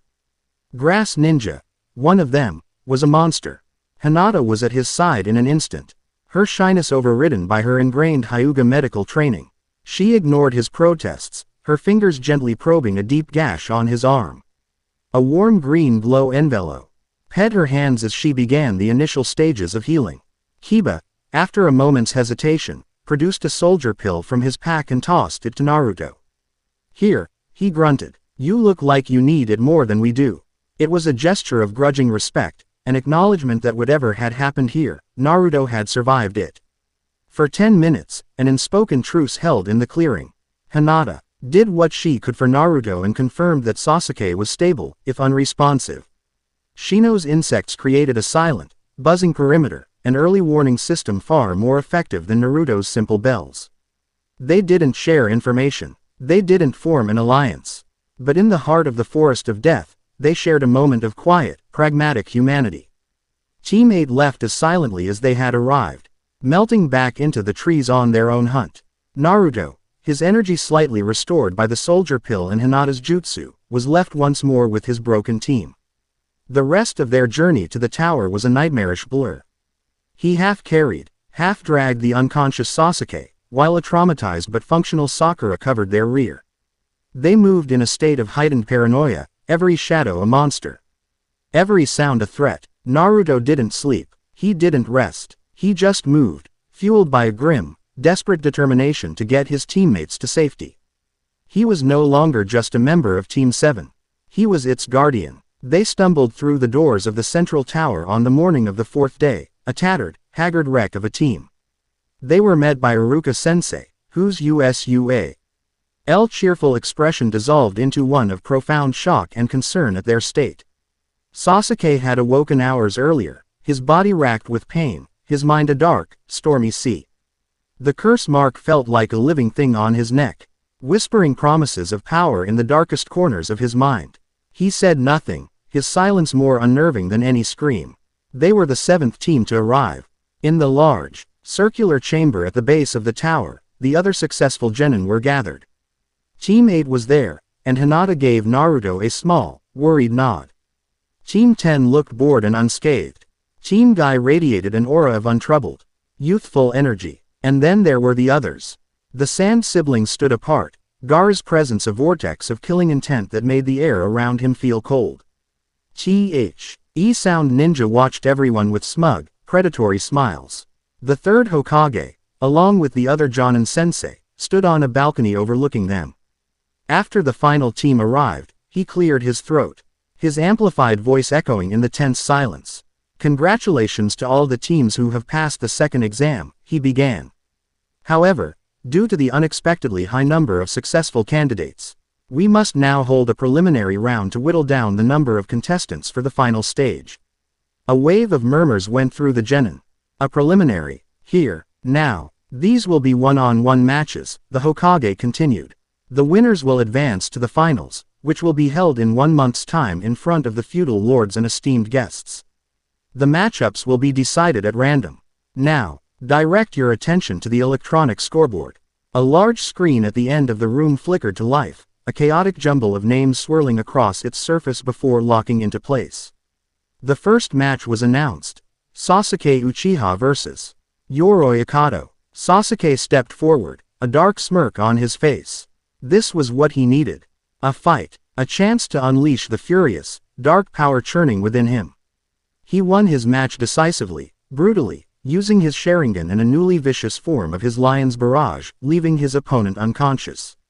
But the use of his chakra agitated the curse mark, causing him to collapse in agony before Kakashi sealed it with a pained expression. The matches continued. Shino defeated his opponent with cold, insect-driven efficiency. Kankuro won with his unnerving puppets. Temari, with a single, devastating gust of wind from her fan. Then came the match that made everyone hold their breath. Sakura Haruno vs. Ino Yamanaka. Their fight was a desperate, emotional clash that ended in a rare double knockout, eliminating them both. Naruto watched with a pained expression, wishing he could have taught her more, helped her more. The scoreboard swirled again. The clicking of the letters was the only sound in the room. And then it settled. Naruto Uzumaki vs. Kiba Inuzuka. A wave of groans and pitying looks went through the assembled genin. The dead last versus the ferocious Inuzuka prodigy. It was seen as a total mismatch. Kiba let out a loud, confident laugh. Ha ha, looks like I got a free pass to the finals, Akamaru. The small white dog on his head barked in agreement. He cracked his knuckles, a wide, predatory grin on his face. Don't worry, Naruto, I'll try not to mess you up too bad. In the stands, Ino, now conscious, sighed. Poor Naruto. Kiba's gonna tear him apart. Sakura, however, clutched the railing, her expression tight with a nervous hope. You don't know that, she whispered.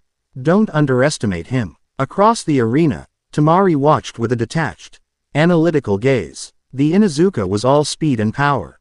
The Uzumaki, he was an unknown quantity.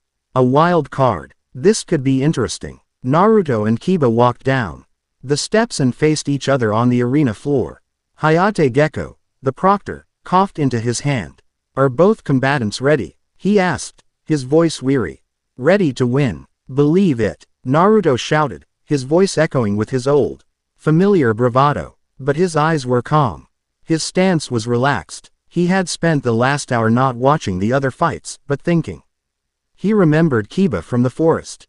He remembered his scent-based abilities, his speed, his partnership with Akamaru.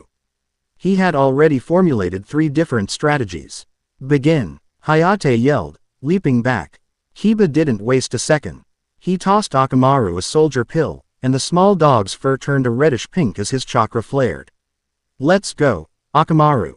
Beast mimicry jutsu. Kiba dropped to all fours, his canines elongating, his fingernails thickening into claws. His movements became savage, feral. He and the now ferocious Akamaru were a blur of motion. Tunneling fang. The two of them became living drills, spinning at an impossible speed as they shot across the arena floor, aimed directly at Naruto. The attack was too fast to dodge head-on. Naruto didn't try. With a single hand seal, he created two clones. One pushed him to the left, the other to the right, as the real Naruto dropped flat to the ground. The twin spinning cyclones of Kiba and Akamaru roared through the space where he had been, smashing into the far wall with a thunderous crack. Too slow, Naruto taunted, already back on his feet. Kiba landed gracefully, a wild grin on his face. Just warming up. You can't hide from my nose, Naruto. I know which one is the real you. He inhaled deeply, his senses mapping the entire room. The scent of the real Naruto, a unique blend of ozone, ramen, and a faint, wild musk, was as clear to him as a beacon. What followed was a masterful display of the Inuzuka clan's power. Kiba was a relentless storm of claws and fangs, his speed overwhelming. Naruto was forced onto the defensive, using his clones as shields and distractions. He was constantly moving, backpedaling, dodging, never staying in one place for more than a second. To the onlookers, it looked like a desperate, panicked retreat. He looked like Naruto was being hopelessly outclassed. See, I told you, Ino said with a sigh. He's just running. No, Shikamaru murmured from beside her, his eyes narrowed in thought. He's not just running, he's leading him. Look at the pattern. He's making Kiba cross the same areas of the arena over and over again. Naruto leapt back, dodging a savage swipe from Kiba, and landed near the center of the room. As his feet touched the ground, he subtly dropped a small, gray pouch from his sleeve, no bigger than his thumb. It landed silently in the dust. A second later, a clone, grappling with Akamaru, performed a similar unnoticed motion. Kiba was getting frustrated. Naruto was too slippery. All right, no more games. He roared. Let's finish this, Akamaru. Fang over fang. He and Akamaru leapt high into the air, transforming into two much larger, more powerful cyclones of destructive chakra. This was his ultimate attack. There was no dodging it. Here it comes, Kiba thought, a victorious grin on his face as they descended. Naruto stood his ground in the center of the arena, looking up at the descending attack. He didn't look scared. He looked bored. He made a single hand seal. Kai, release. It wasn't a powerful jutsu release. It was a simple, low-level command. A signal. A clone that Kiba had completely forgotten, one that had been dispelled near the wall minutes earlier.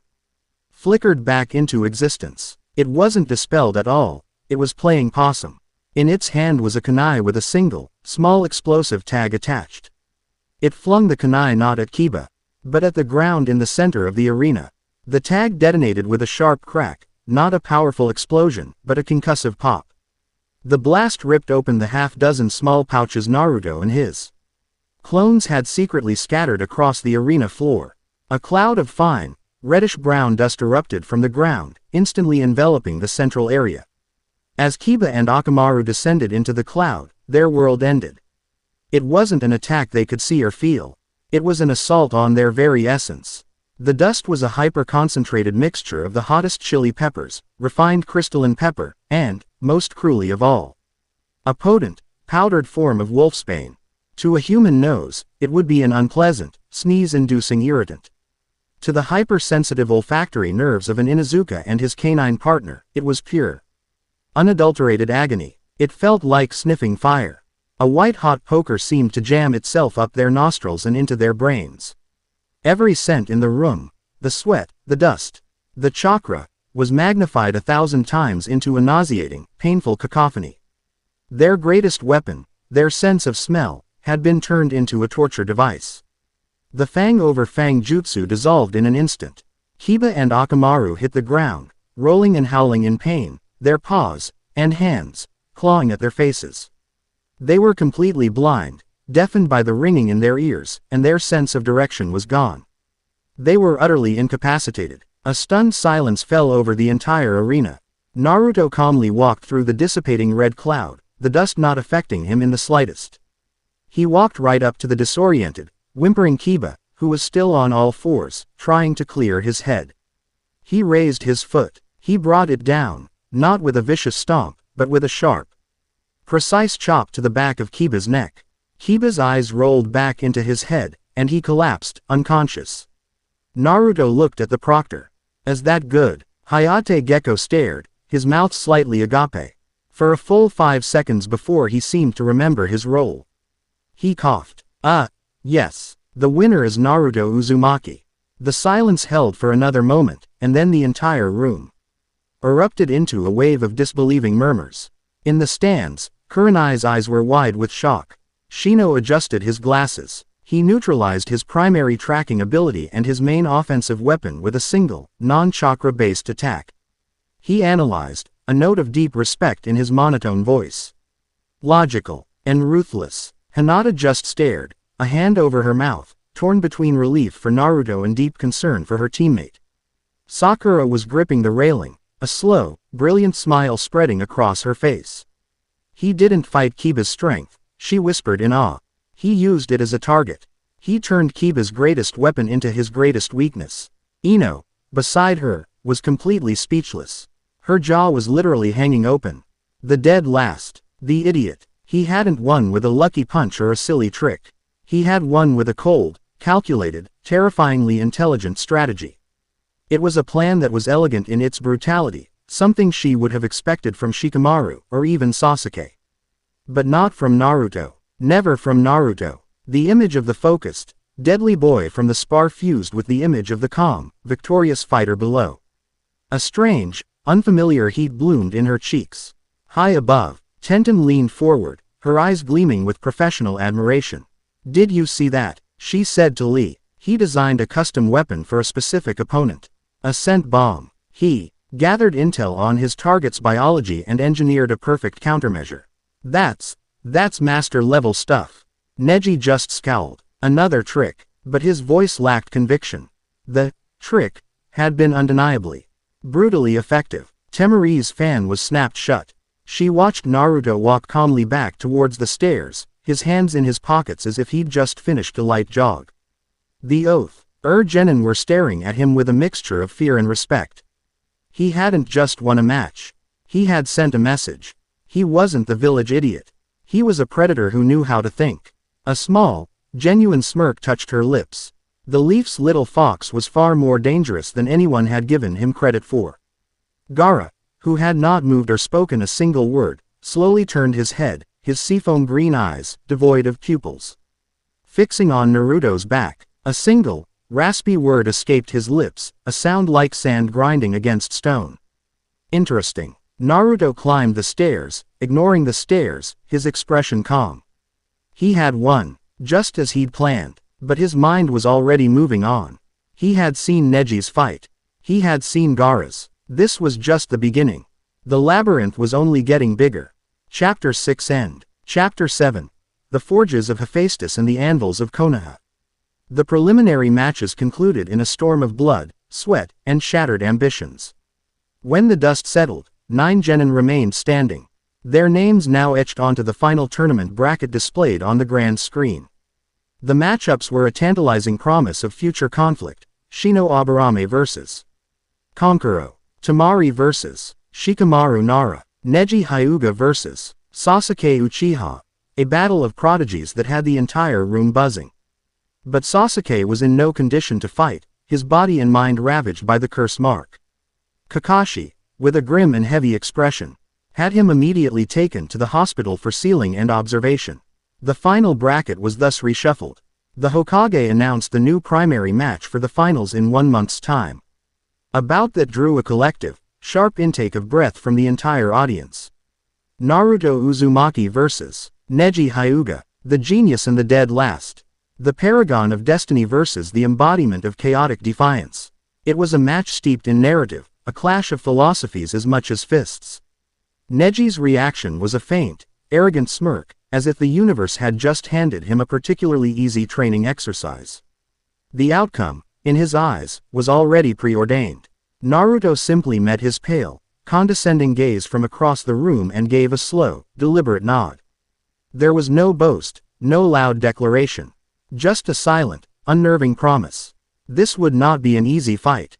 In the debriefing that followed, Kakashi was uncharacteristically preoccupied. "I need to focus on Sasuke for the time being," he told Naruto and Sakura, his visible eye clouded with a worry he couldn't quite conceal. "The situation with his new seal is delicate." He turned to Naruto. "As for your training for the finals, You've shown a remarkable degree of initiative lately. So, I'm assigning you a month of intensive self-study. It was a classic Kakashi cop-out, a lazy excuse from a man who wanted to go read his book. But Naruto saw the second layer. It wasn't just an excuse, it was a test. A vote of confidence. Kakashi was giving him the freedom to develop on his own terms, to continue down the strange, innovative path he had started carving for himself. Your opponent is Neji Hyuga, Kakashi continued, his tone becoming serious. Do not underestimate him. His Byakugan provides a near-perfect defense, and his gentle fist can shut down your entire chakra network with a single, precise strike. A direct assault is suicide. Think, adapt, do what you did with Kiba, but on a much higher level. Find a weakness where there appears to be none. With that, he was gone, leaving Naruto alone with the monumental task of figuring out how to defeat a perfect opponent. For the first 2 days of the break, Naruto did nothing but think. He didn't train, he researched. He sat in the Konoha library, poring over every scroll he could find on the Hyuga clan, their dojutsu, and their unique fighting style. He filled his notebook with diagrams, theories, and tactical flowcharts. The problem was immense. The Byakugan offered a 359-degree field of vision, nullifying sneak attacks. It could see chakra pathways, making clones and transformation jutsu almost useless as a deception tactic. The gentle fist style attacked the opponent's internal organs and tenketsu, meaning traditional blocking was ineffective. Even a grazing blow could be debilitating. His victory over Kiba was built on exploiting a biological weakness.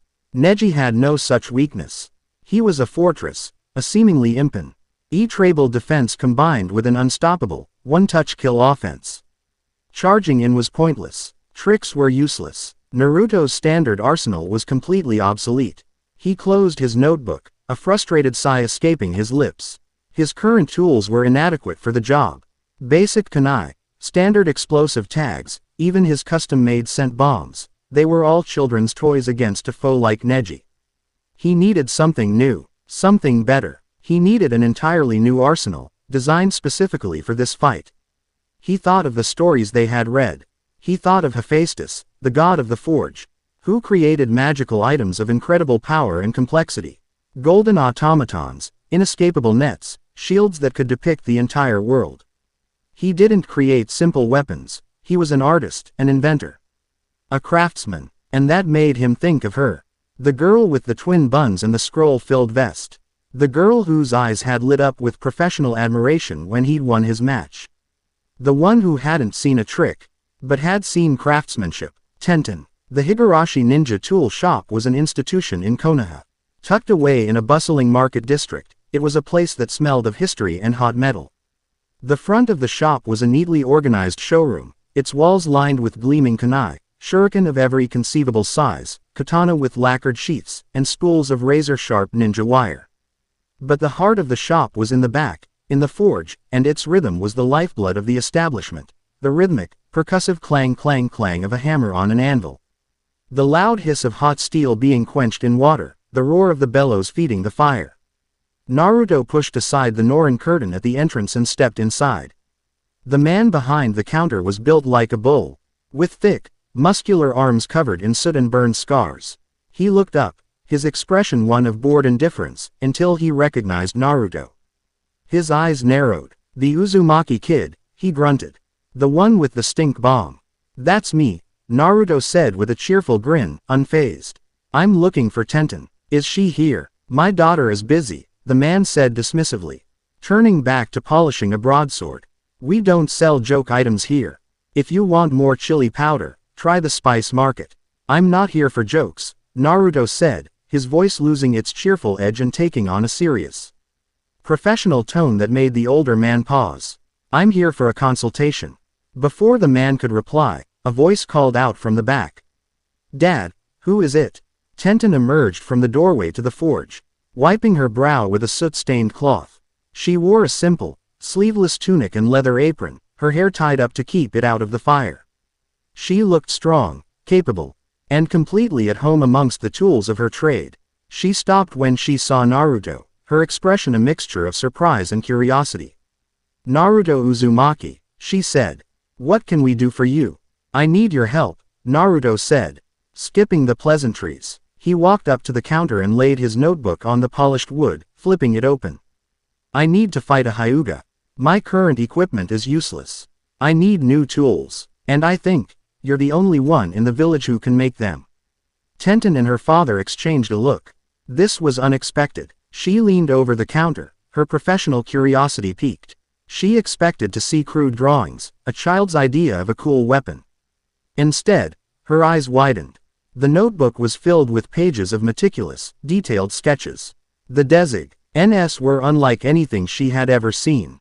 There were bolas, but with small, weighted sacks at the end designed to release a sticky, chakra-infused fluid upon impact.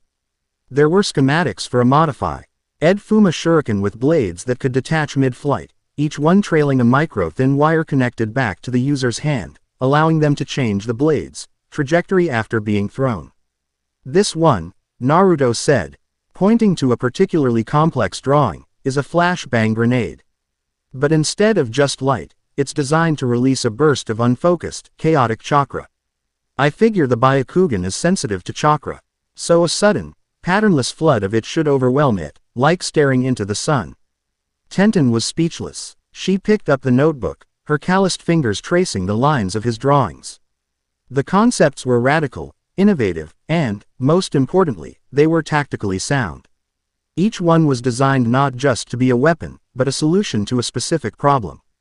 He hadn't just designed a cool-looking sword, he had engineered a key to unlock the puzzle of the Hyuga's defense. These are, she struggled for the word, brilliant. Her father grunted, leaning over her shoulder to look. His dismissive expression slowly melted away, replaced by the grudging respect of a master craftsman recognizing the work of a fellow innovator. The balance on this modular shuriken would be a nightmare, he grumbled, though there was a spark of challenge in his eye. The release mechanism for the blades would need to be perfect, or it'd fly apart the second you threw it.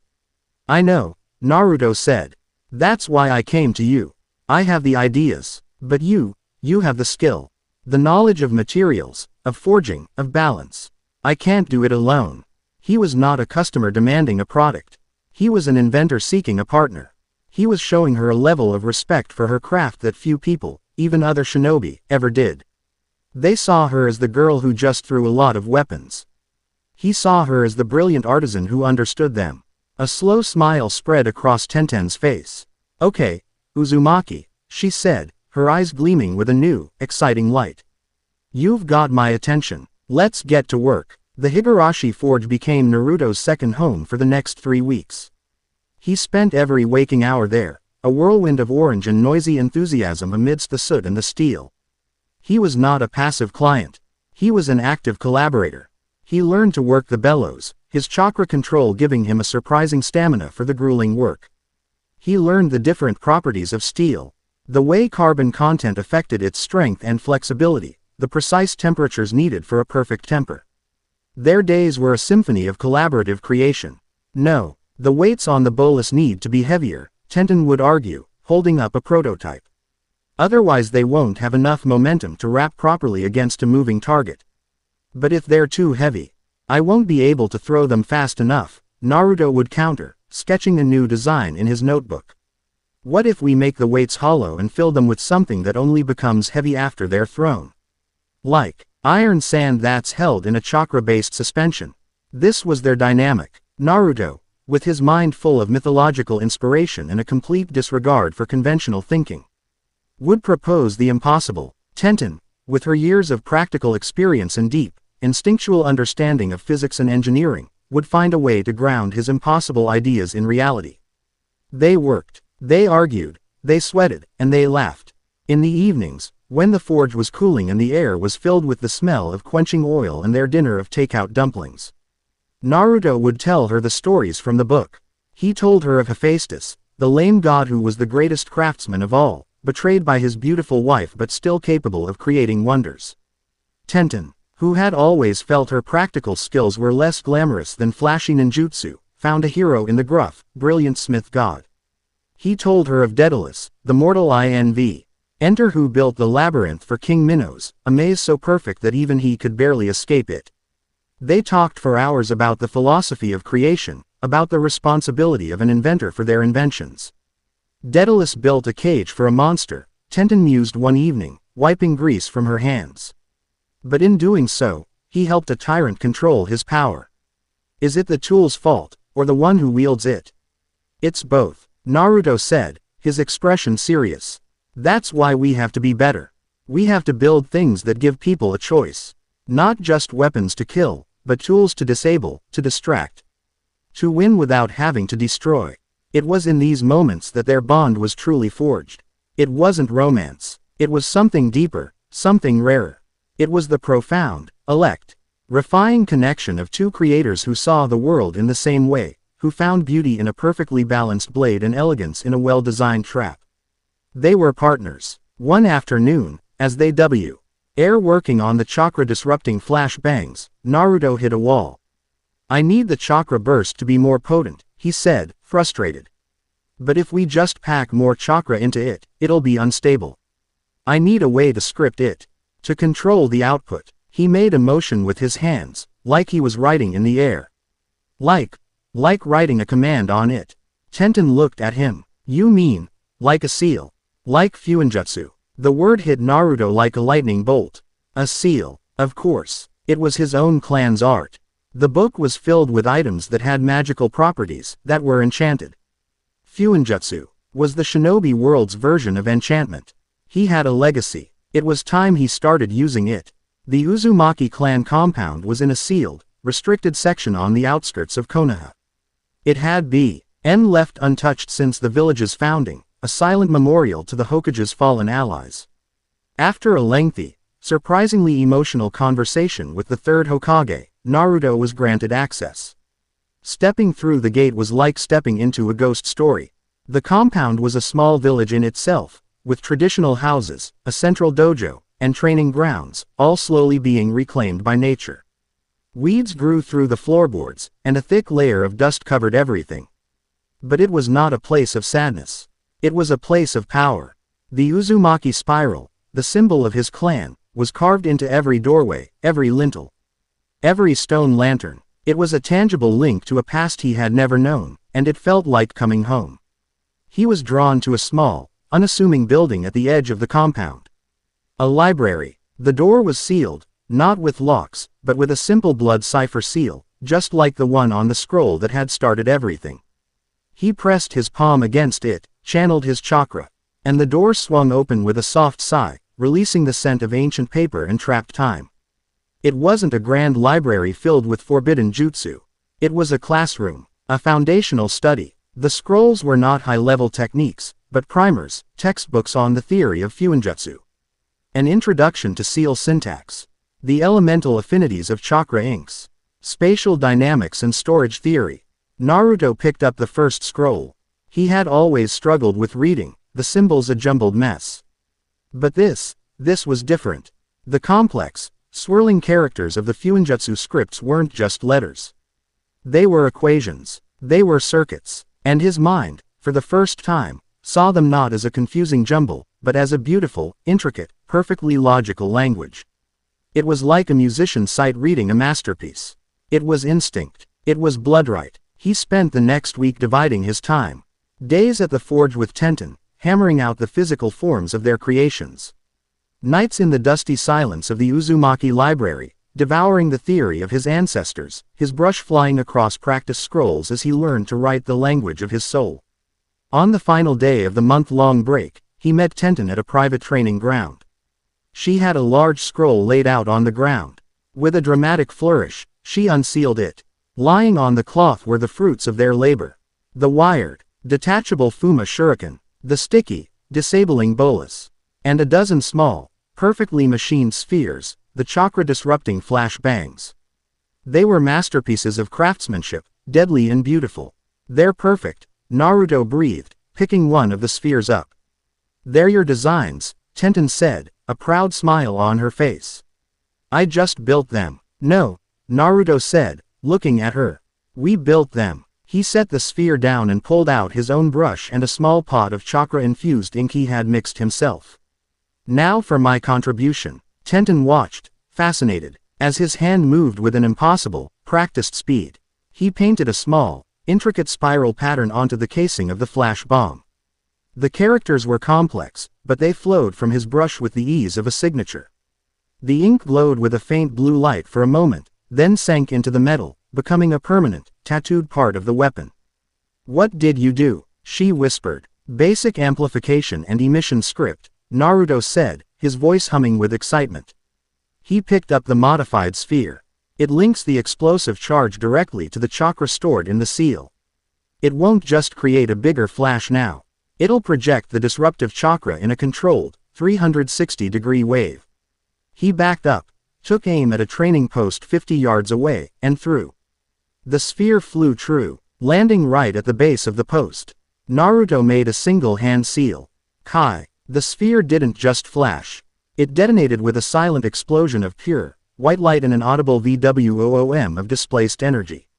A perfect, visible dome of chaotic blue chakra expanded from it, washing over the training post. The light faded, leaving behind an eerie silence. The wooden post was physically unharmed. But the practice seals that had been painted on it to measure chakra impact were now smoking, the ink blistered and warped, rendered completely inert. Tenten stared, her mouth agape. He had taken her perfectly crafted physical weapon and imbued it with a layer of esoteric power she couldn't even begin to comprehend. It was no longer just a ninja tool. It was something new, something more. She looked at Naruto, who was grinning, his face alight with the pure, unadulterated joy of creation. In that moment, she saw the culmination of their partnership. Hephaestus and Daedalus, the forge and the labyrinth, the anvil and the ink brush. "Naruto," she said, her voice filled with a new, profound respect. "We're going to change the world with these, aren't we?" He looked at the smoking training post, then back at her. His grin softening into a look of quiet, unshakable confidence. "No," he said. "First, I'm going to win the Chunin exams. Then we'll change the world." Chapter 7 End. Chapter 8. The Politics of Olympus and the Intrigue of Konoha. The day of the Chunin exam finals dawned bright and achingly clear. A vast, unbroken sea of blue stretched over Konoha, the sun already beating down with a fierce midday intensity. The village itself was a riot of color and sound, transformed from a military installation into a vibrant festival. Colorful banners bearing the crests of the great clans and the sigils of the participating nations, sand, rain, grass, waterfall, snapped in the hot breeze. The streets were thronged with foreign visitors, merchants hawking their wares, and excited villagers making their way towards the grand stadium, their voices a rising hum of anticipation. Inside the stadium's competitor waiting area, the atmosphere was a world away from the joyous celebration outside. Here, the air was thick with the scent of nervous sweat, weapon oil, and a low-grade, palpable tension. The 8 remaining finalists were gathered, each a small island of focused energy. Shino stood perfectly still, his insects a quiet murmur beneath his coat. Konkuro leaned against a wall, his puppet-wrapped bundle slung over his back, a cruel smirk on his painted face. Shikamaru was, predictably, attempting to nap in a corner. Gaara of the Sand was a vortex of absolute silence, his very presence seeming to suck the warmth and sound from his immediate vicinity. Naruto stood with Sakura and a now healed, though unnervingly silent, Sasuke. The black tomo of the curse mark were hidden beneath a high-collared shirt and several layers of Kakashi's seals, but its Malaval Ent influence clung to him like a shroud. "You ready for this?" Sakura asked, her voice a tight knot of anxiety. She nervously adjusted the pack on her own back, filled with medical supplies she hoped he wouldn't need. "Born ready," Naruto replied, his voice calm. He was methodically checking the seals on the dozen custom-made weapons scrolls strapped to his vest. He had spent the previous night meticulously packing them, each scroll a verse in the tactical poem he had composed for his upcoming battle. A figure detached itself from the shadows near the entrance. Tenten. She walked over, her expression a mask of professional calm, though her tightly clenched fists betrayed her nervousness. She stopped in front of Naruto, her eyes doing a final, expert check of his gear. "Balance feels good," she asked, her voice low. "Perfect," he confirmed, giving a slight bounce on the balls of his feet. "They feel like a part of me." "Good," she said. She held out a fist. "He's a genius, Naruto. But so was Daedalus. And he still got trapped in his own labyrinth." Don't fight the man. Fight the maze. Naruto bumped her fist with his own. Thanks, Tenten. It was a quiet moment of solidarity between two craftsmen. A final check-in before a masterpiece was to be unveiled. When the proctor called his name, a roar went up from the crowd. Naruto walked out into the blinding sunlight of the arena. The sheer scale of the audience a physical blow. Tens of thousands of people, their faces a blur of color in the stands. He saw the cage box, where the third Hokage sat beside the cage, a tall, slender figure whose face was obscured by a veil and a wide-brimmed hat. He saw the daimyo of the Land of Fire, fanning himself lazily, surrounded by his court. This was the grandest stage he had ever been on. Neji Hyuga was already waiting in the center of the arena, his arms crossed, his expression one of profound, serene arrogance. He looked, Naruto thought, like a king waiting for a court jester to perform. And now, the announcer's voice boomed across the stadium, the first match of the final round. The prodigy of the legendary Hyuga clan, Neji Hyuga, versus the most unpredictable ninja in Konoha. The surprise of the preliminaries, Naruto Uzumaki. The crowd's roar was a mixture of cheers for the hometown favorite and a murmur of curiosity for the underdog. Neji waited for the noise to die down. When it did, he fixed his pale, lavender eyes on Naruto, his gaze so intense it felt like a physical touch. Before we begin, Neji said, his voice calm but carrying across the silent arena. Let me offer you a piece of advice. Forfeit. A wave of gasps and murmurs went through the crowd. There is no point in us fighting, Neji continued, his voice dripping with condescension. The outcome has already been decided. Look at yourself, thrashing about, desperately trying to defy your own limitations. It is pathetic. A failure will always be a failure. You cannot change what you are. That is your destiny. He pointed a finger at Naruto. Your fate was sealed the moment I was chosen as your opponent. Now, and forever, you will live in the shadow of my greatness. He was trying to win before the first blow was thrown. It was a psychological attack, designed to enrage, to intimidate, to break his spirit. The old Naruto would have screamed, would have raged, would have promised to wipe that smug look off his face. The new Naruto simply stood there, his expression unreadable, and waited for Neji to finish. When the Hyuga prodigy fell silent, a small, knowing smile touched Naruto's lips. You know, you talk a lot about destiny, Naruto said, his voice as calm and clear as Neji's. It carried across the stadium, capturing the attention of every single person.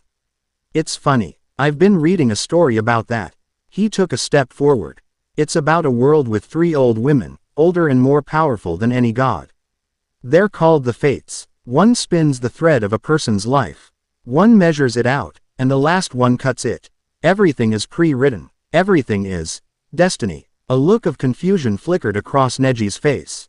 This was not the reaction he had expected.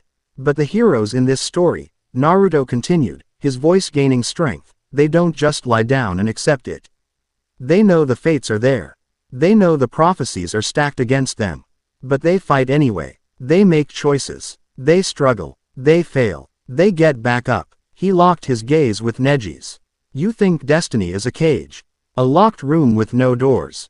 But you're wrong. Destiny isn't a cage, Naruto declared, his voice ringing with a conviction that sent a shiver through the crowd. It's a starting line. Some people are born with a head start. Some are born with weights on their legs. But it doesn't matter where you start. The only thing that matters is how you choose to run the race. The stadium was utterly silent. In the cage box, the third Hokage smiled behind his pipe. On the competitor's balcony, Tenten grinned, Sakura had tears in her eyes, and even Sasuke looked momentarily stunned. Temari, watching from beside her brothers, raised a single, intrigued eyebrow. Neji's serene arrogance finally cracked. A flicker of pure, unadulterated anger flashed in his eyes. His philosophy had not just been challenged, it had been dismantled and dismissed in front of the entire world. You speak with the empty confidence of a fool, he hissed. Allow me to show you the reality of your inescapable fate. Begin. The proctor yelled. Neji exploded into motion. He was impossibly fast, a white blur crossing the arena floor. He didn't waste time with posturing. He went straight for the kill. Byakugan. The veins around his temples bulged as his dojutsu activated. In his vision, the world became a monochrome schematic of chakra. He saw Naruto's bright blue energy, the churning, chaotic red of the QB sealed within him, and the 32 tenketsu in his upper body. 8 trigrams. Neji began, his fingers poised in the gentle fist stance. He was met with a wall of orange. Naruto had created 24 clones in the blink of an eye, swarming Neji from all sides. It was a classic, head-on assault. Neji sneered. Predictable. He moved through them like a surgeon, each strike a precise, disabling jab. 2 palms. 4 palms. 8 palms. One by one, the clones dissolved into smoke. But as he dispelled the last one, he realized the real Naruto wasn't among them. He was 30 yards away, his hands already flashing through seals. He was using the clones not as an attack, but as a screen. From Naruto's hands, a massive Fuma shuriken, its 4 blades gleaming, spun through the air. Neji scoffed. A simple projectile. He prepared to deflect it. Halfway to its target, Naruto tugged on his fingers. With a series of sharp clicks, the 4 blades of the shuriken detached, each one now an independent projectile connected to Naruto's fingers by a near-invisible strand of ninja wire. The single attack became 4, all changing trajectory midair to strike at Neji from different angles. The crowd gasped. Neji's eyes widened slightly, but his reaction was flawless. 8 trigrams palm rotation. He spun, a human cyclone, releasing a dome of pure chakra that deflected all 4 blades with ease. But the attack had served its purpose. It had forced Neji to use a major defensive technique. It had proven that Naruto wasn't just going to be a punching bag. For the next 5 minutes, the fight was a masterful display of Naruto's new arsenal. He used the wired blades to create a complex web across the arena, restricting Neji's movement. He threw the disabling bolus, forcing Neji to constantly use his chakra rotati on to cut them away before they could entangle him. He was controlling the pace, dictating the geography of the fight. He was turning the arena into his own labyrinth. Neji was growing visibly frustrated. He was untouched, but he was being forced to play Naruto's game. Enough of these pointless tricks. He roared. He broke through the web of wires and charged, his speed a thing of beauty. I will end this now. 8 trigrams 64 palms. This was it, his ultimate technique. A series of strikes so fast and precise it could shut down every major tenketsu in an opponent's body, crippling them completely. Naruto backpedaled, a look of panic on his face. He threw one of the small, metallic spheres they had designed. Neji contemptuously slapped it aside with the back of his hand. It clattered uselessly to the ground. He was too close. Naruto was finished. 2 palms. Neji's fingers struck Naruto's shoulder. 4 palms. They struck his chest. Naruto felt a jolt, his chakra flow sputtering. But Naruto's panicked expression suddenly vanished, replaced by a grin. Too slow, the Naruto in front of Neji said, before dissolving into a puff of smoke. A clone. The real Naruto stood 50 feet away. A single hand seal held steady. The sphere that Neji had slapped aside was now lying directly at his feet. Kai, Naruto whispered. The sphere detonated. It was not an explosion of fire and shrapnel, but one of pure, overwhelming sensory data. A silent, blinding flash of white light erupted, coupled with a 360-degree wave of raw, chaotic chakra. For a normal person, it would have been disorienting. For Neji Hyuga's Byakugan, it was apocalyptic. His world of perfect, monochrome clarity was replaced by an agonizing, searing whiteout. The chakra wave felt like a tidal wave of static, scrambling his vision, overwhelming his senses. The world dissolved into a meaningless, painful roar of light and energy. His perfect, 360-degree defense was gone. He was blind. The effect lasted only 2 seconds. But in a high-level shinobi battle, 2 seconds is an eternity. As Neji staggered back, clutching his eyes, the ground beneath him erupted. Another Naruto, a clone that had been hiding underground the entire time, shot up, delivering a powerful uppercut that snapped Neji's head back and sent him flying into the air. And above him, waiting, was the real Naruto. He had used the 2 seconds of blindness to leap high into the sky, his right hand already cupping a swirling, roaring sphere of pure, compressed chakra. You talked about destiny. Naruto yelled, his voice a Thunderclap that seemed to shake the entire stadium. You talked about being caged. But you were the one who caged yourself. You, and your clan's stupid rules. He descended like a meteorite. Rasengan. The swirling sphere of power struck Neji square in the back, driving him down into the arena floor with the force of a tectonic event. The impact created a massive crater, throwing up a cloud of dust and debris. Silence. As the dust settled, the scene was revealed. Neji lay unconscious at the bottom of the crater, his battle over. Naruto stood at the edge, breathing heavily, his arm aching, but victorious. The stadium was silent for a full 10 seconds, a collective, stunned intake of breath from 10,000 people. And then it erupted, a single, unified, deafening roar of pure, unadulterated applause. They had not just seen a fight. They had seen a story. They had seen the underdog, the failure, the dead last, not just defeat a genius, but systematically dismantle his entire worldview with tactics, intelligence, and an unbreakable will. In the stands, Hinata was openly weeping, tears of joy streaming down her face. Kurenai and Guy were in a heated, passionate argument about the power of hard work versus unpredictability. On the competitor's balcony, Sakura was screaming herself hoarse, while Tenten simply leaned against the railing, a slow, immensely proud smile on her face. Her partner had not disappointed. As the stadium staff worked to repair the crater and the celebration for his victory raged on, Naruto slipped away. He found a quiet, secluded balcony high up on the stadium structure, overlooking the sprawling village below as the sun began its slow descent, painting the sky in shades of fiery orange and deep violet. He leaned against the railing, the cheers of the crowd a distant roar, and finally allowed himself to breathe. He had won. He had proven his point. But the victory felt heavy. He had not enjoyed breaking Neji. He had only wanted to open the cage. That was quite the performance. The voice, cool and laced with a dry, sandy accent, made him turn. Temari of the Sand stood there, her massive fan slung over her back, her arms crossed. She had a thoughtful, analytical expression in her teal eyes. "Thanks," Naruto said, turning back to watch the sunset. "I'm not congratulating you," she clarified, walking to stand beside him at the railing. "I'm giving you an assessment. Your opening speech was a calculated psychological blow, designed to destabilize his philosophical foundation before the first punch. Your initial attacks were probes, meant to gauge his reaction speed and force him to reveal his defensive techniques. Your tools," she gave a slight, impressed nod, "were custom-engineered countermeasures for his specific abilities. You didn't fight him. You solved him like a shogi problem." Naruto just shrugged. "He told me it was a cage. I just looked for the key." Temari watched him for a long moment, her gaze sharp. "You're a strange one, Naruto Uzumaki. You present yourself as a simpleton, but your mind is anything but. It makes me wonder what you really think.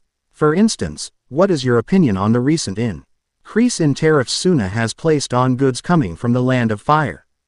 The question was so out of left field, so blatantly political, that it completely wrong-footed Naruto. She wasn't making small talk. She was testing him. He thought for a moment, not about tariffs or trade, but about the people he had met. The struggling villagers on missions, the merchants in the market, the hungry kids in the land of waves. "I think," he said slowly, "that when governments argue, it's the regular people who get hurt.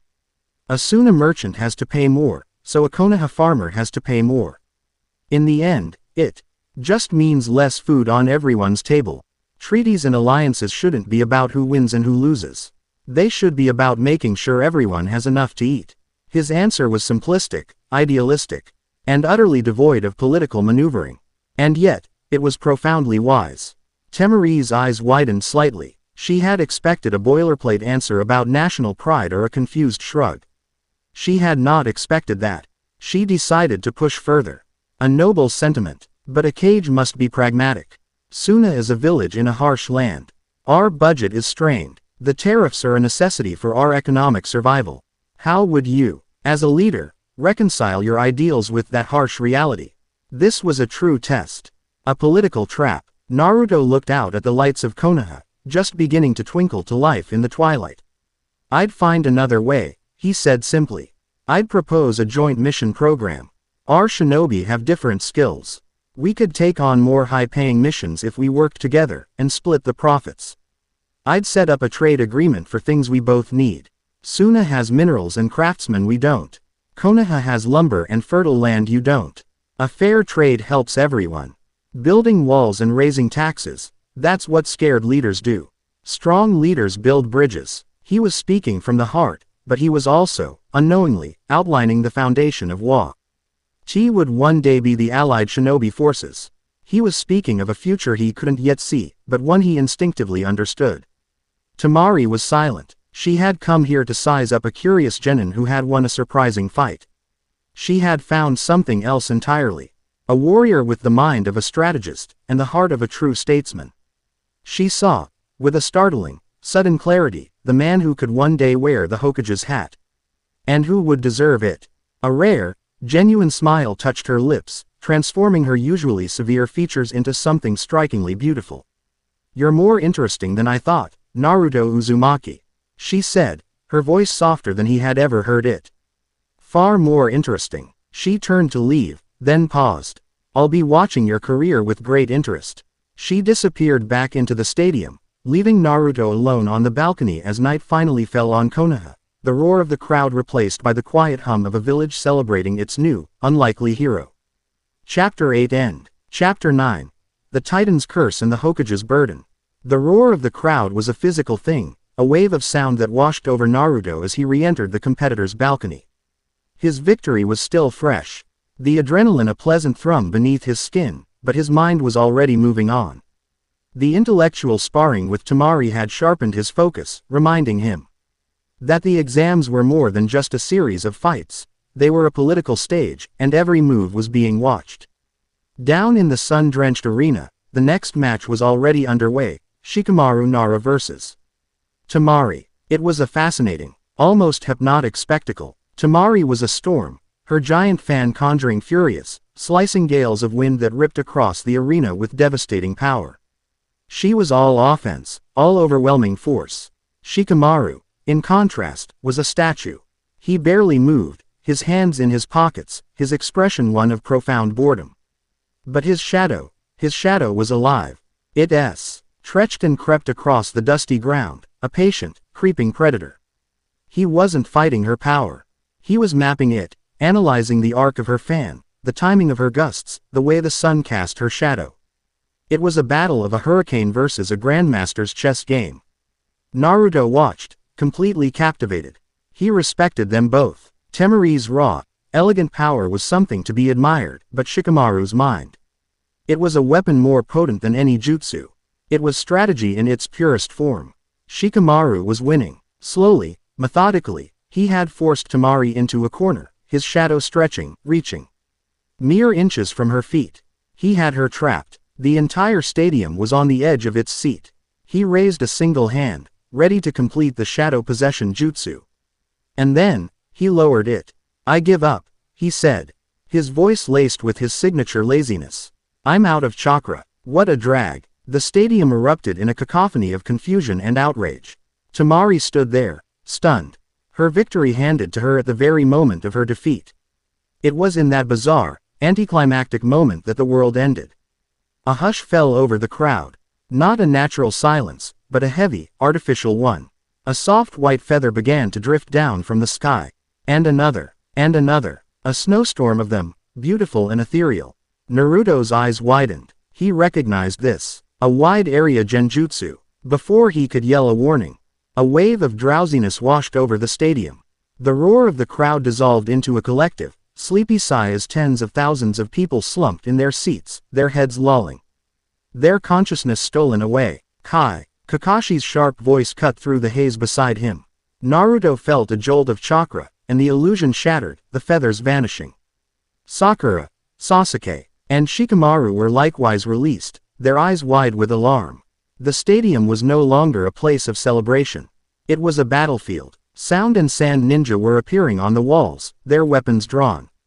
In the cage box, a violent explosion ripped the roof apart. The cage had the third Hokage in a headlock, a kunai to his throat, as four powerful sound ninja erected a swirling purple barrier around the rooftop. "It's a full-scale invasion," Kakashi said, his voice grim, all traces of his lazy persona gone. He was the copy ninja now, the veteran of the Third Great War. Listen up. This is now an A- rank mission. He turned to Sakura, you, Shikamaru, and Naruto. Your objective is not to fight here. It's to track the Sand Jinchuriki. Gaara is their ultimate weapon. They'll be pulling him from the field. Follow him, intercept him, and delay him. Do not engage unless absolutely necessary. Await backup. He then looked at Sasuke, who was clutching his shoulder wear. The curse mark throbbed beneath its seal. Sasuke, you go with them. You have the speed and the Sharingan to track him effectively. He finally fixed his gaze on Naruto, and his single eye was filled with a heavy, profound trust. Naruto, you're the team leader on this one. Your judgment has been sound. I'm trusting you to make the right calls. Now go. The order was a shock, but there was no time to question it. It was the ultimate validation. Kakashi trusted him. Naruto nodded, his expression hardening. You got it. As Kakashi and the other Jonin leapt into the fray, engaging the invading forces. Naruto's newly formed squad took to the rooftops. Below them, the village was erupting into chaos. Giant snakes, summoned by Orochimaru, were smashing through buildings, their roars mingling with the screams of terrified civilians. There, Sasuke pointed. 3 figures were leaping away from the stadium at high speed. Temari and Kankuro, flanking a suffering, clutching Gaara, who seemed to be in some kind of pain. Let's move, Naruto ordered, and they gave chase, a 4-man team flying across the tiled roofs of Konoha. They were gaining. Sasuke's speed was a blur, and Naruto's own stamina was immense. But as they closed the distance, Naruto felt a prickle on the back of his neck. A familiar, primal sense of danger that had nothing to do with the sand ninja ahead of them.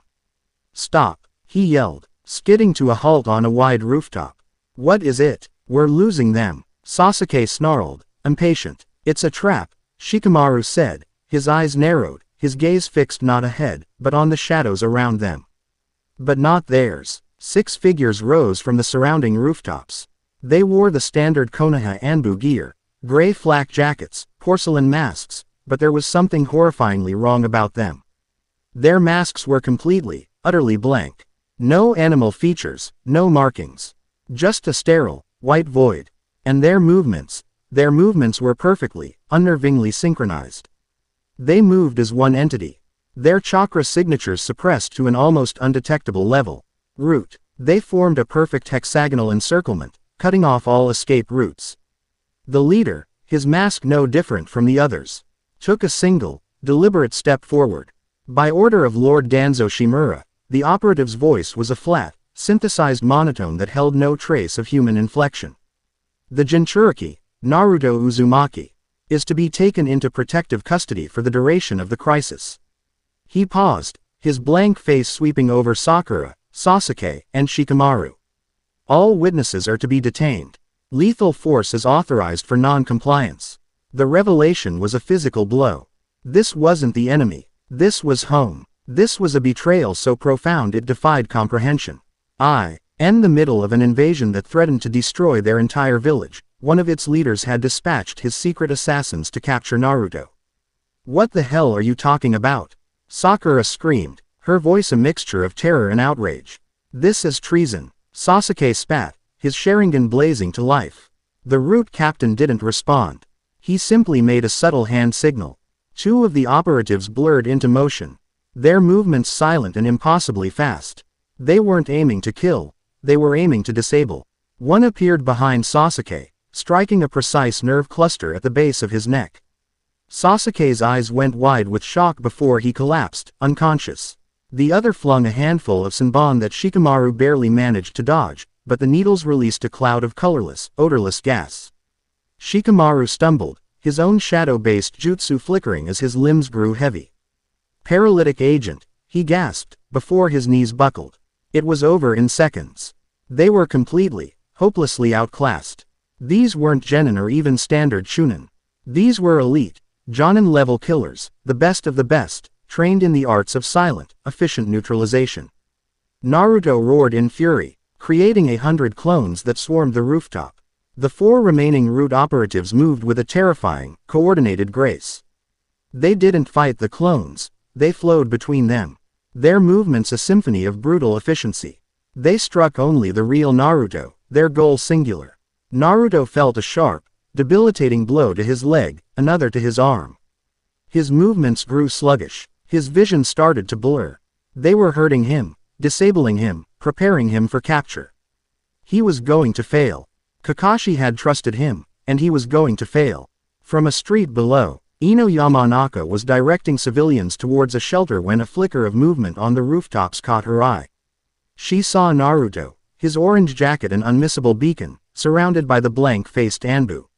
She saw Sasuke and Shikamaru fall. A cold dread seized her.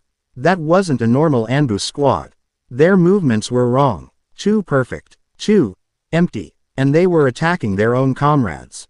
Asuma-sensei, she yelled. Up there. Asuma looked up, and his eyes widened, a lit cigarette falling from his lips. Root, he whispered, his voice a low, angry growl. Danzo, that old bastard. We have to help him. Ino cried, her voice filled with a panic that surprised even herself. The image of the focused, brilliant boy from the prelims flashed in her mind. He couldn't lose. Not like this. Ino. No. Engaging Root is a death sentence. Asuma warned. But she wasn't listening. She saw one of the operatives raise a hand, preparing to deliver a final, knockout blow to Naruto.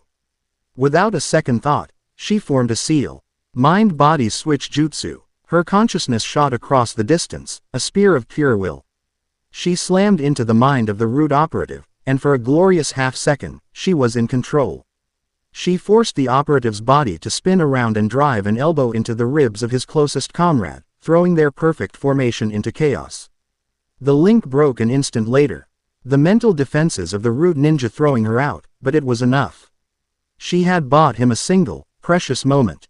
Across the village, Hinata's Byakugan was sweeping the battlefield, feeding Kurenai-sensei information on enemy movements. But her gaze kept drifting, searching for a particular, bright orange chakra signature.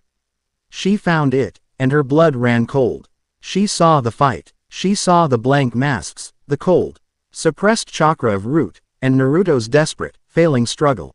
Kurenai-sensei, she said, her voice sharp with an urgency that made her team turn. Naruto-kun, he's being attacked by Leaf Shinobi. Anbu with no faces. Kurenai frowned. Hinata, you must be mistaken. I am not, Hinata insisted, her usual shyness burned away by sheer terror for Naruto's safety. Their chakra is, it's wrong. Cold, empty. They have disabled Uchiha-san and Nara-san. They are trying to capture Naruto-kun. Kiba looked where she was pointing.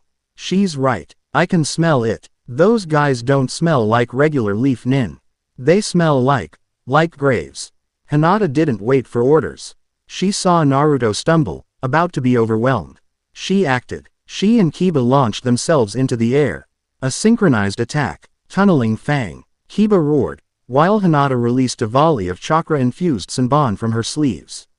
Their attack wasn't aimed at Root, it was a diversion.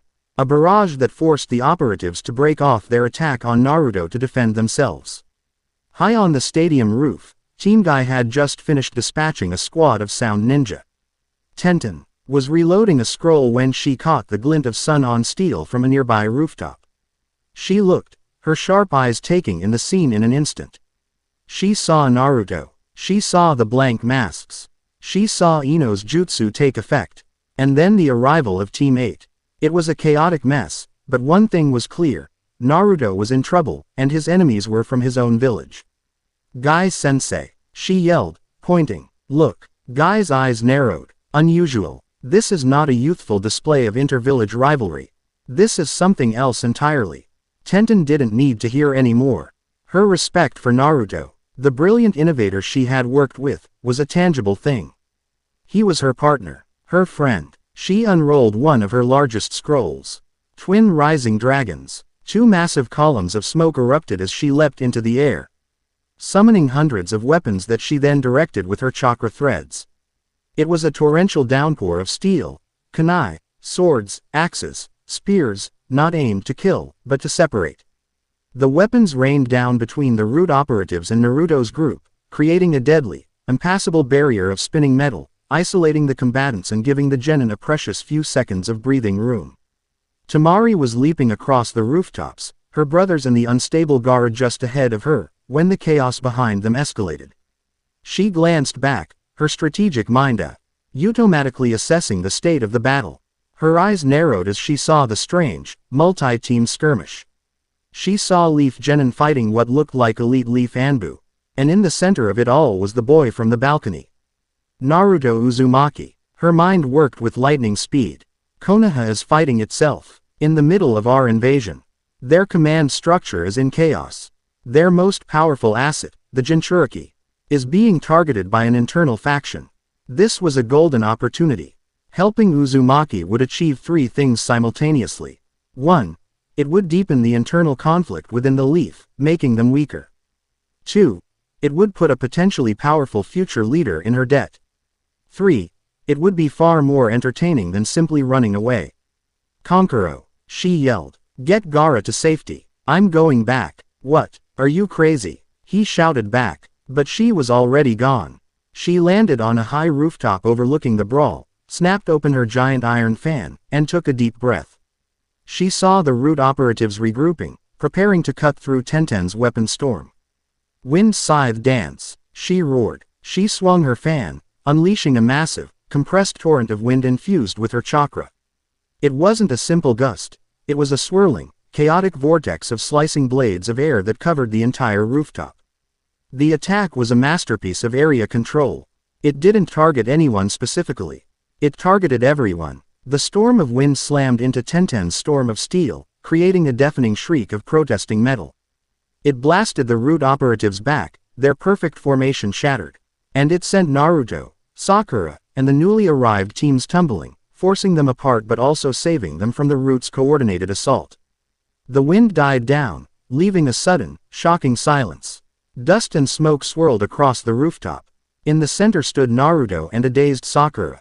And around them, forming a loose, protective circle, were the others. Ino, Breet, hing heavily from the strain of her jutsu. Hinata, her Byakugan blazing. Tenten, landing gracefully from her jump, a pair of kama in her hands. And on a nearby ledge, Tamari, her fan resting on her shoulder, a dangerous, predatory glint in her eyes. The root operatives regrouped at the far end of the roof, their blank masks an unreadable, menacing wall. The invasion raged around them, but on this one rooftop, a different, more personal war was about to be fought. Naruto was surrounded, but for the first time, he was not surrounded by enemies. He was surrounded by an impossible, impromptu alliance of 5 kunoichi who had just, for 5 very different reasons, risked everything to stand with him. Chapter 9 End. Chapter 10. The Battle of the Labyrinth and the Will of Fire. The dust from Temari's attack settled slowly, a gritty, swirling veil that revealed a tableau of impossible alliances and deadly intent. On one side of the ruined rooftop, the 6 root operatives reformed their line. Their blank white masks betraying no emotion, their bodies a testament to a discipline so absolute it was inhuman. On the other side stood the patchwork team forged in desperation, Naruto at the center.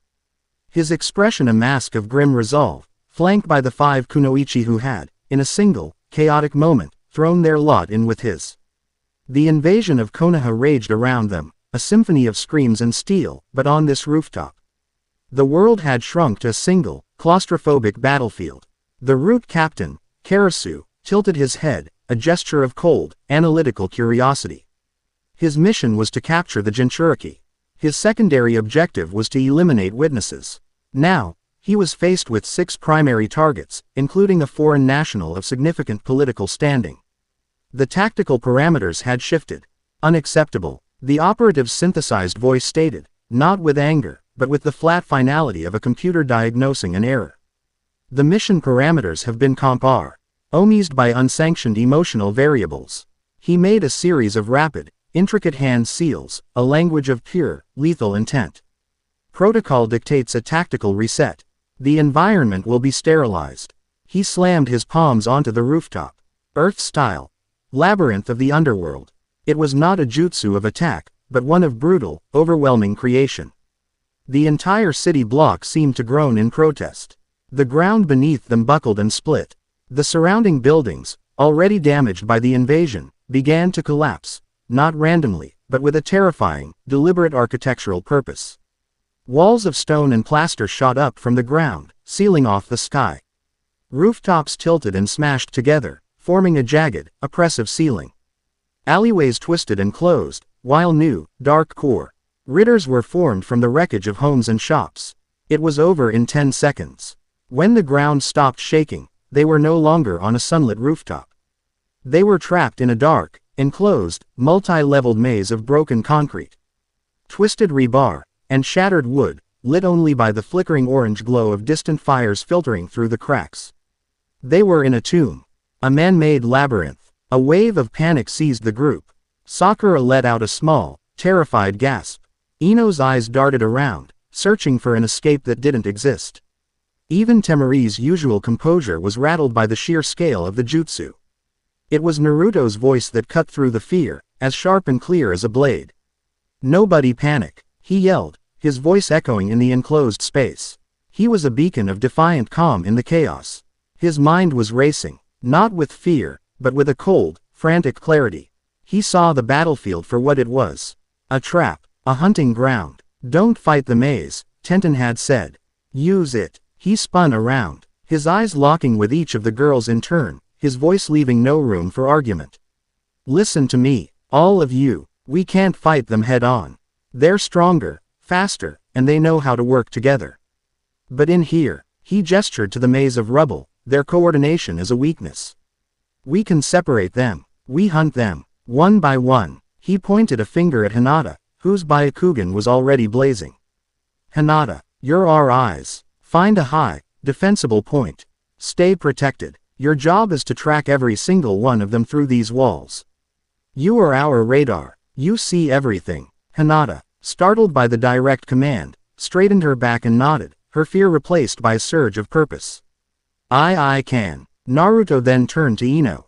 "Ino, can you link us? Not a full mind switch, just a telepathic connection. So we can hear what Hinata sees." Ino's eyes widened. It was a high-level application of her clan's jutsu, requiring immense concentration.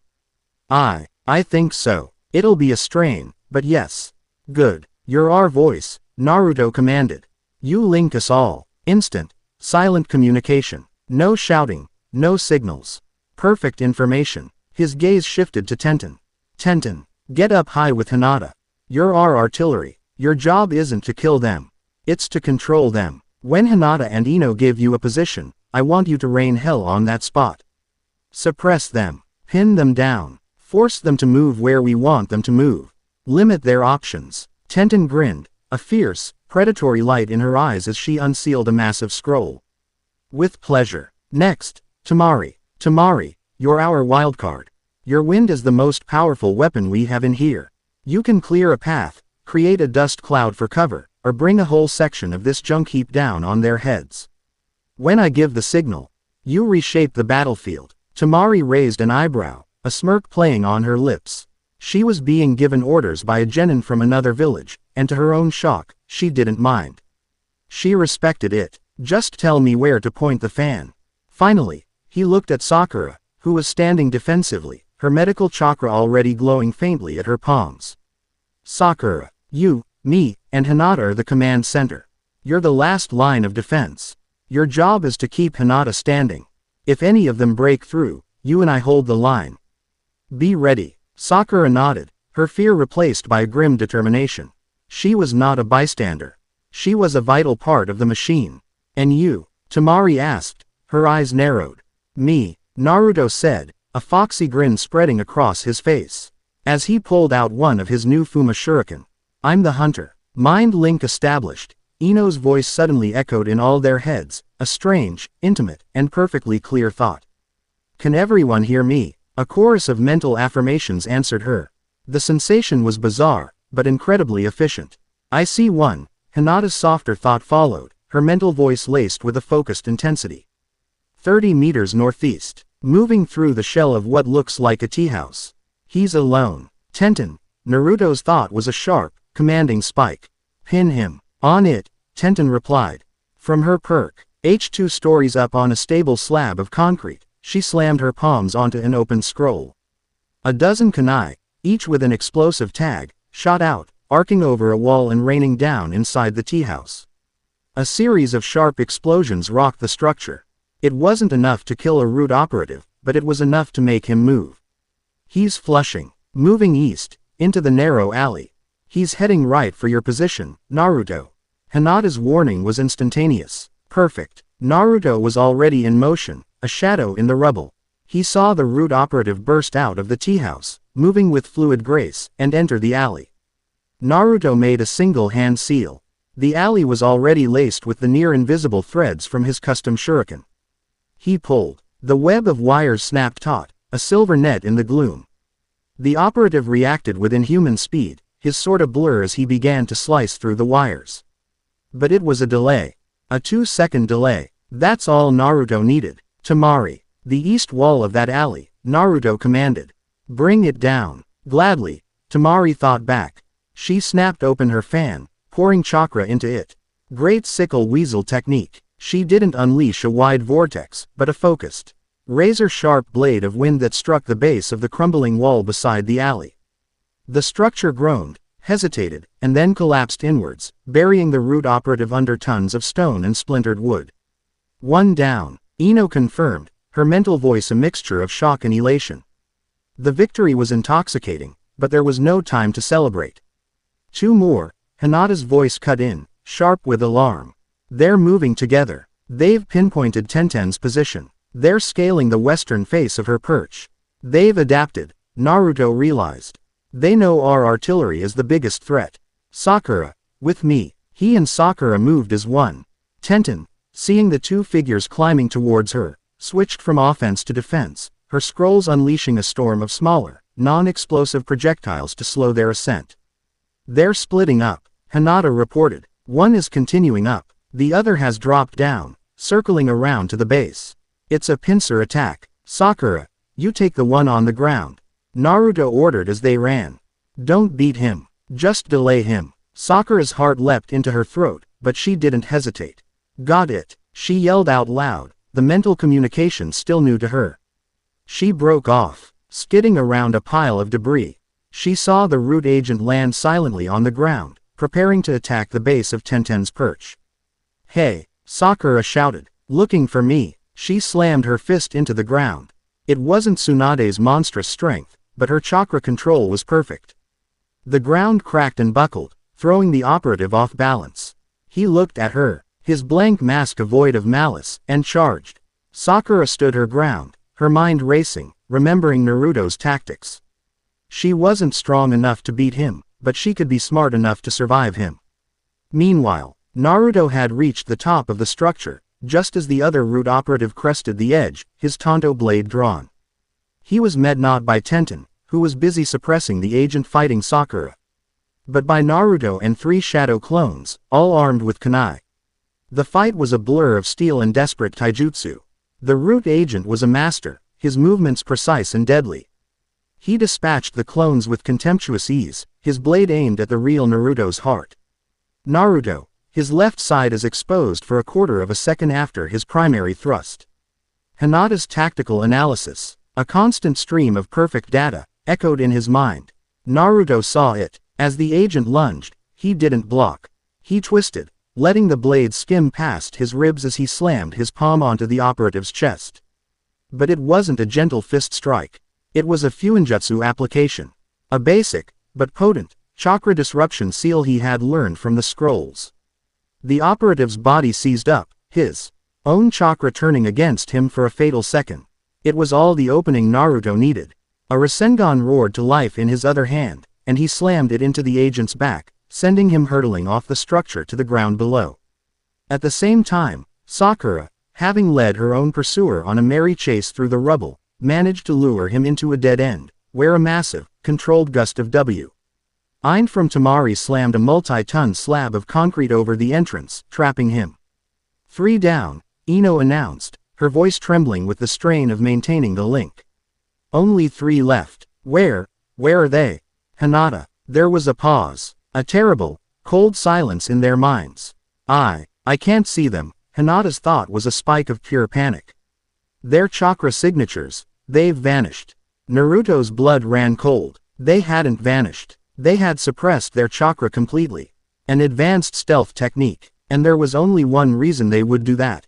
He spun around. Their calm and center, the alcove where Hinata and Ino were hidden, was supposed to be secure.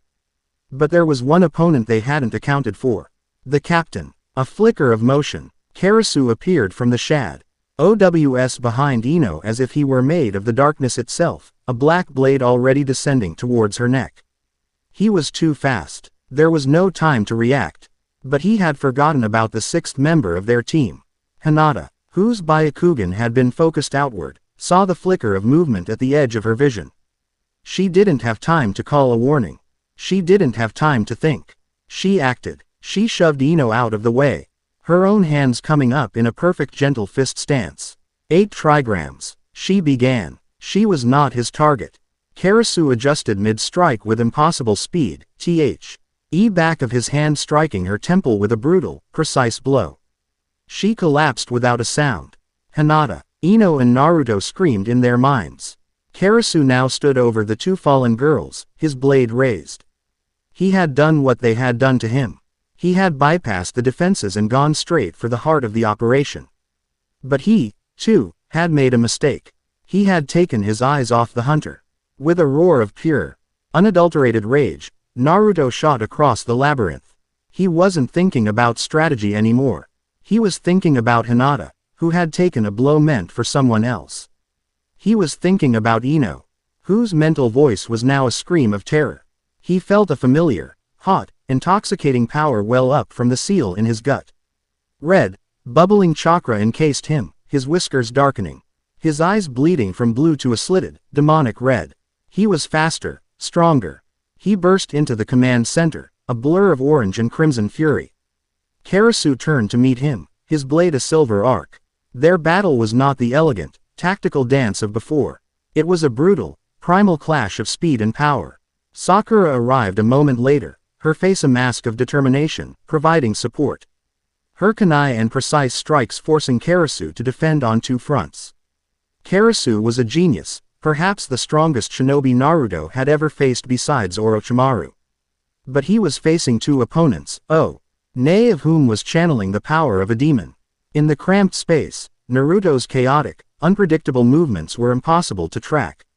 He slammed a Rasengan into the wall, the explosion throwing Karasu off balance. And in that moment, Naruto was on him, his nails elongated into claws, his fist crackling with red chakra, and he delivered a single, devastating blow that shattered the captain's Ankh mask and sent him crashing into the far wall, unconscious. The red chakra receded, leaving Naruto panting, exhausted, the rage replaced by a bone-deep weariness. The last 2 root agents, their captain defeated, simply melted into the shadows, abandoning their mission. It was over. They stood in the ruins of their labyrinth, the 6 of them, battered, bleeding, but alive. Victorious. Sakura was already at Hinata's side, her hands glowing with green light. The world seemed to return all at once. The sealing jutsu that had created their prison dissolved, the artificial walls crumbling into dust. The sounds of the invasion, now muted and sporadic, washed back over them. The setting sun cast long, bloody shadows across the devastation. And standing before them, where a wall had just been, was the 3rd Hokage. His battle robes were torn and scorched, his face etched with a sorrow so profound it seemed to age him 100 years in an instant. Behind him stood his Anbu guard, their animal masks a stark contrast to the broken white porcelain of the defeated root agents. Hiruzen Sarutobi's gaze swept over the scene. He saw the unconscious forms of Danzo's elite. He saw the impossible alliance of Genin standing before him.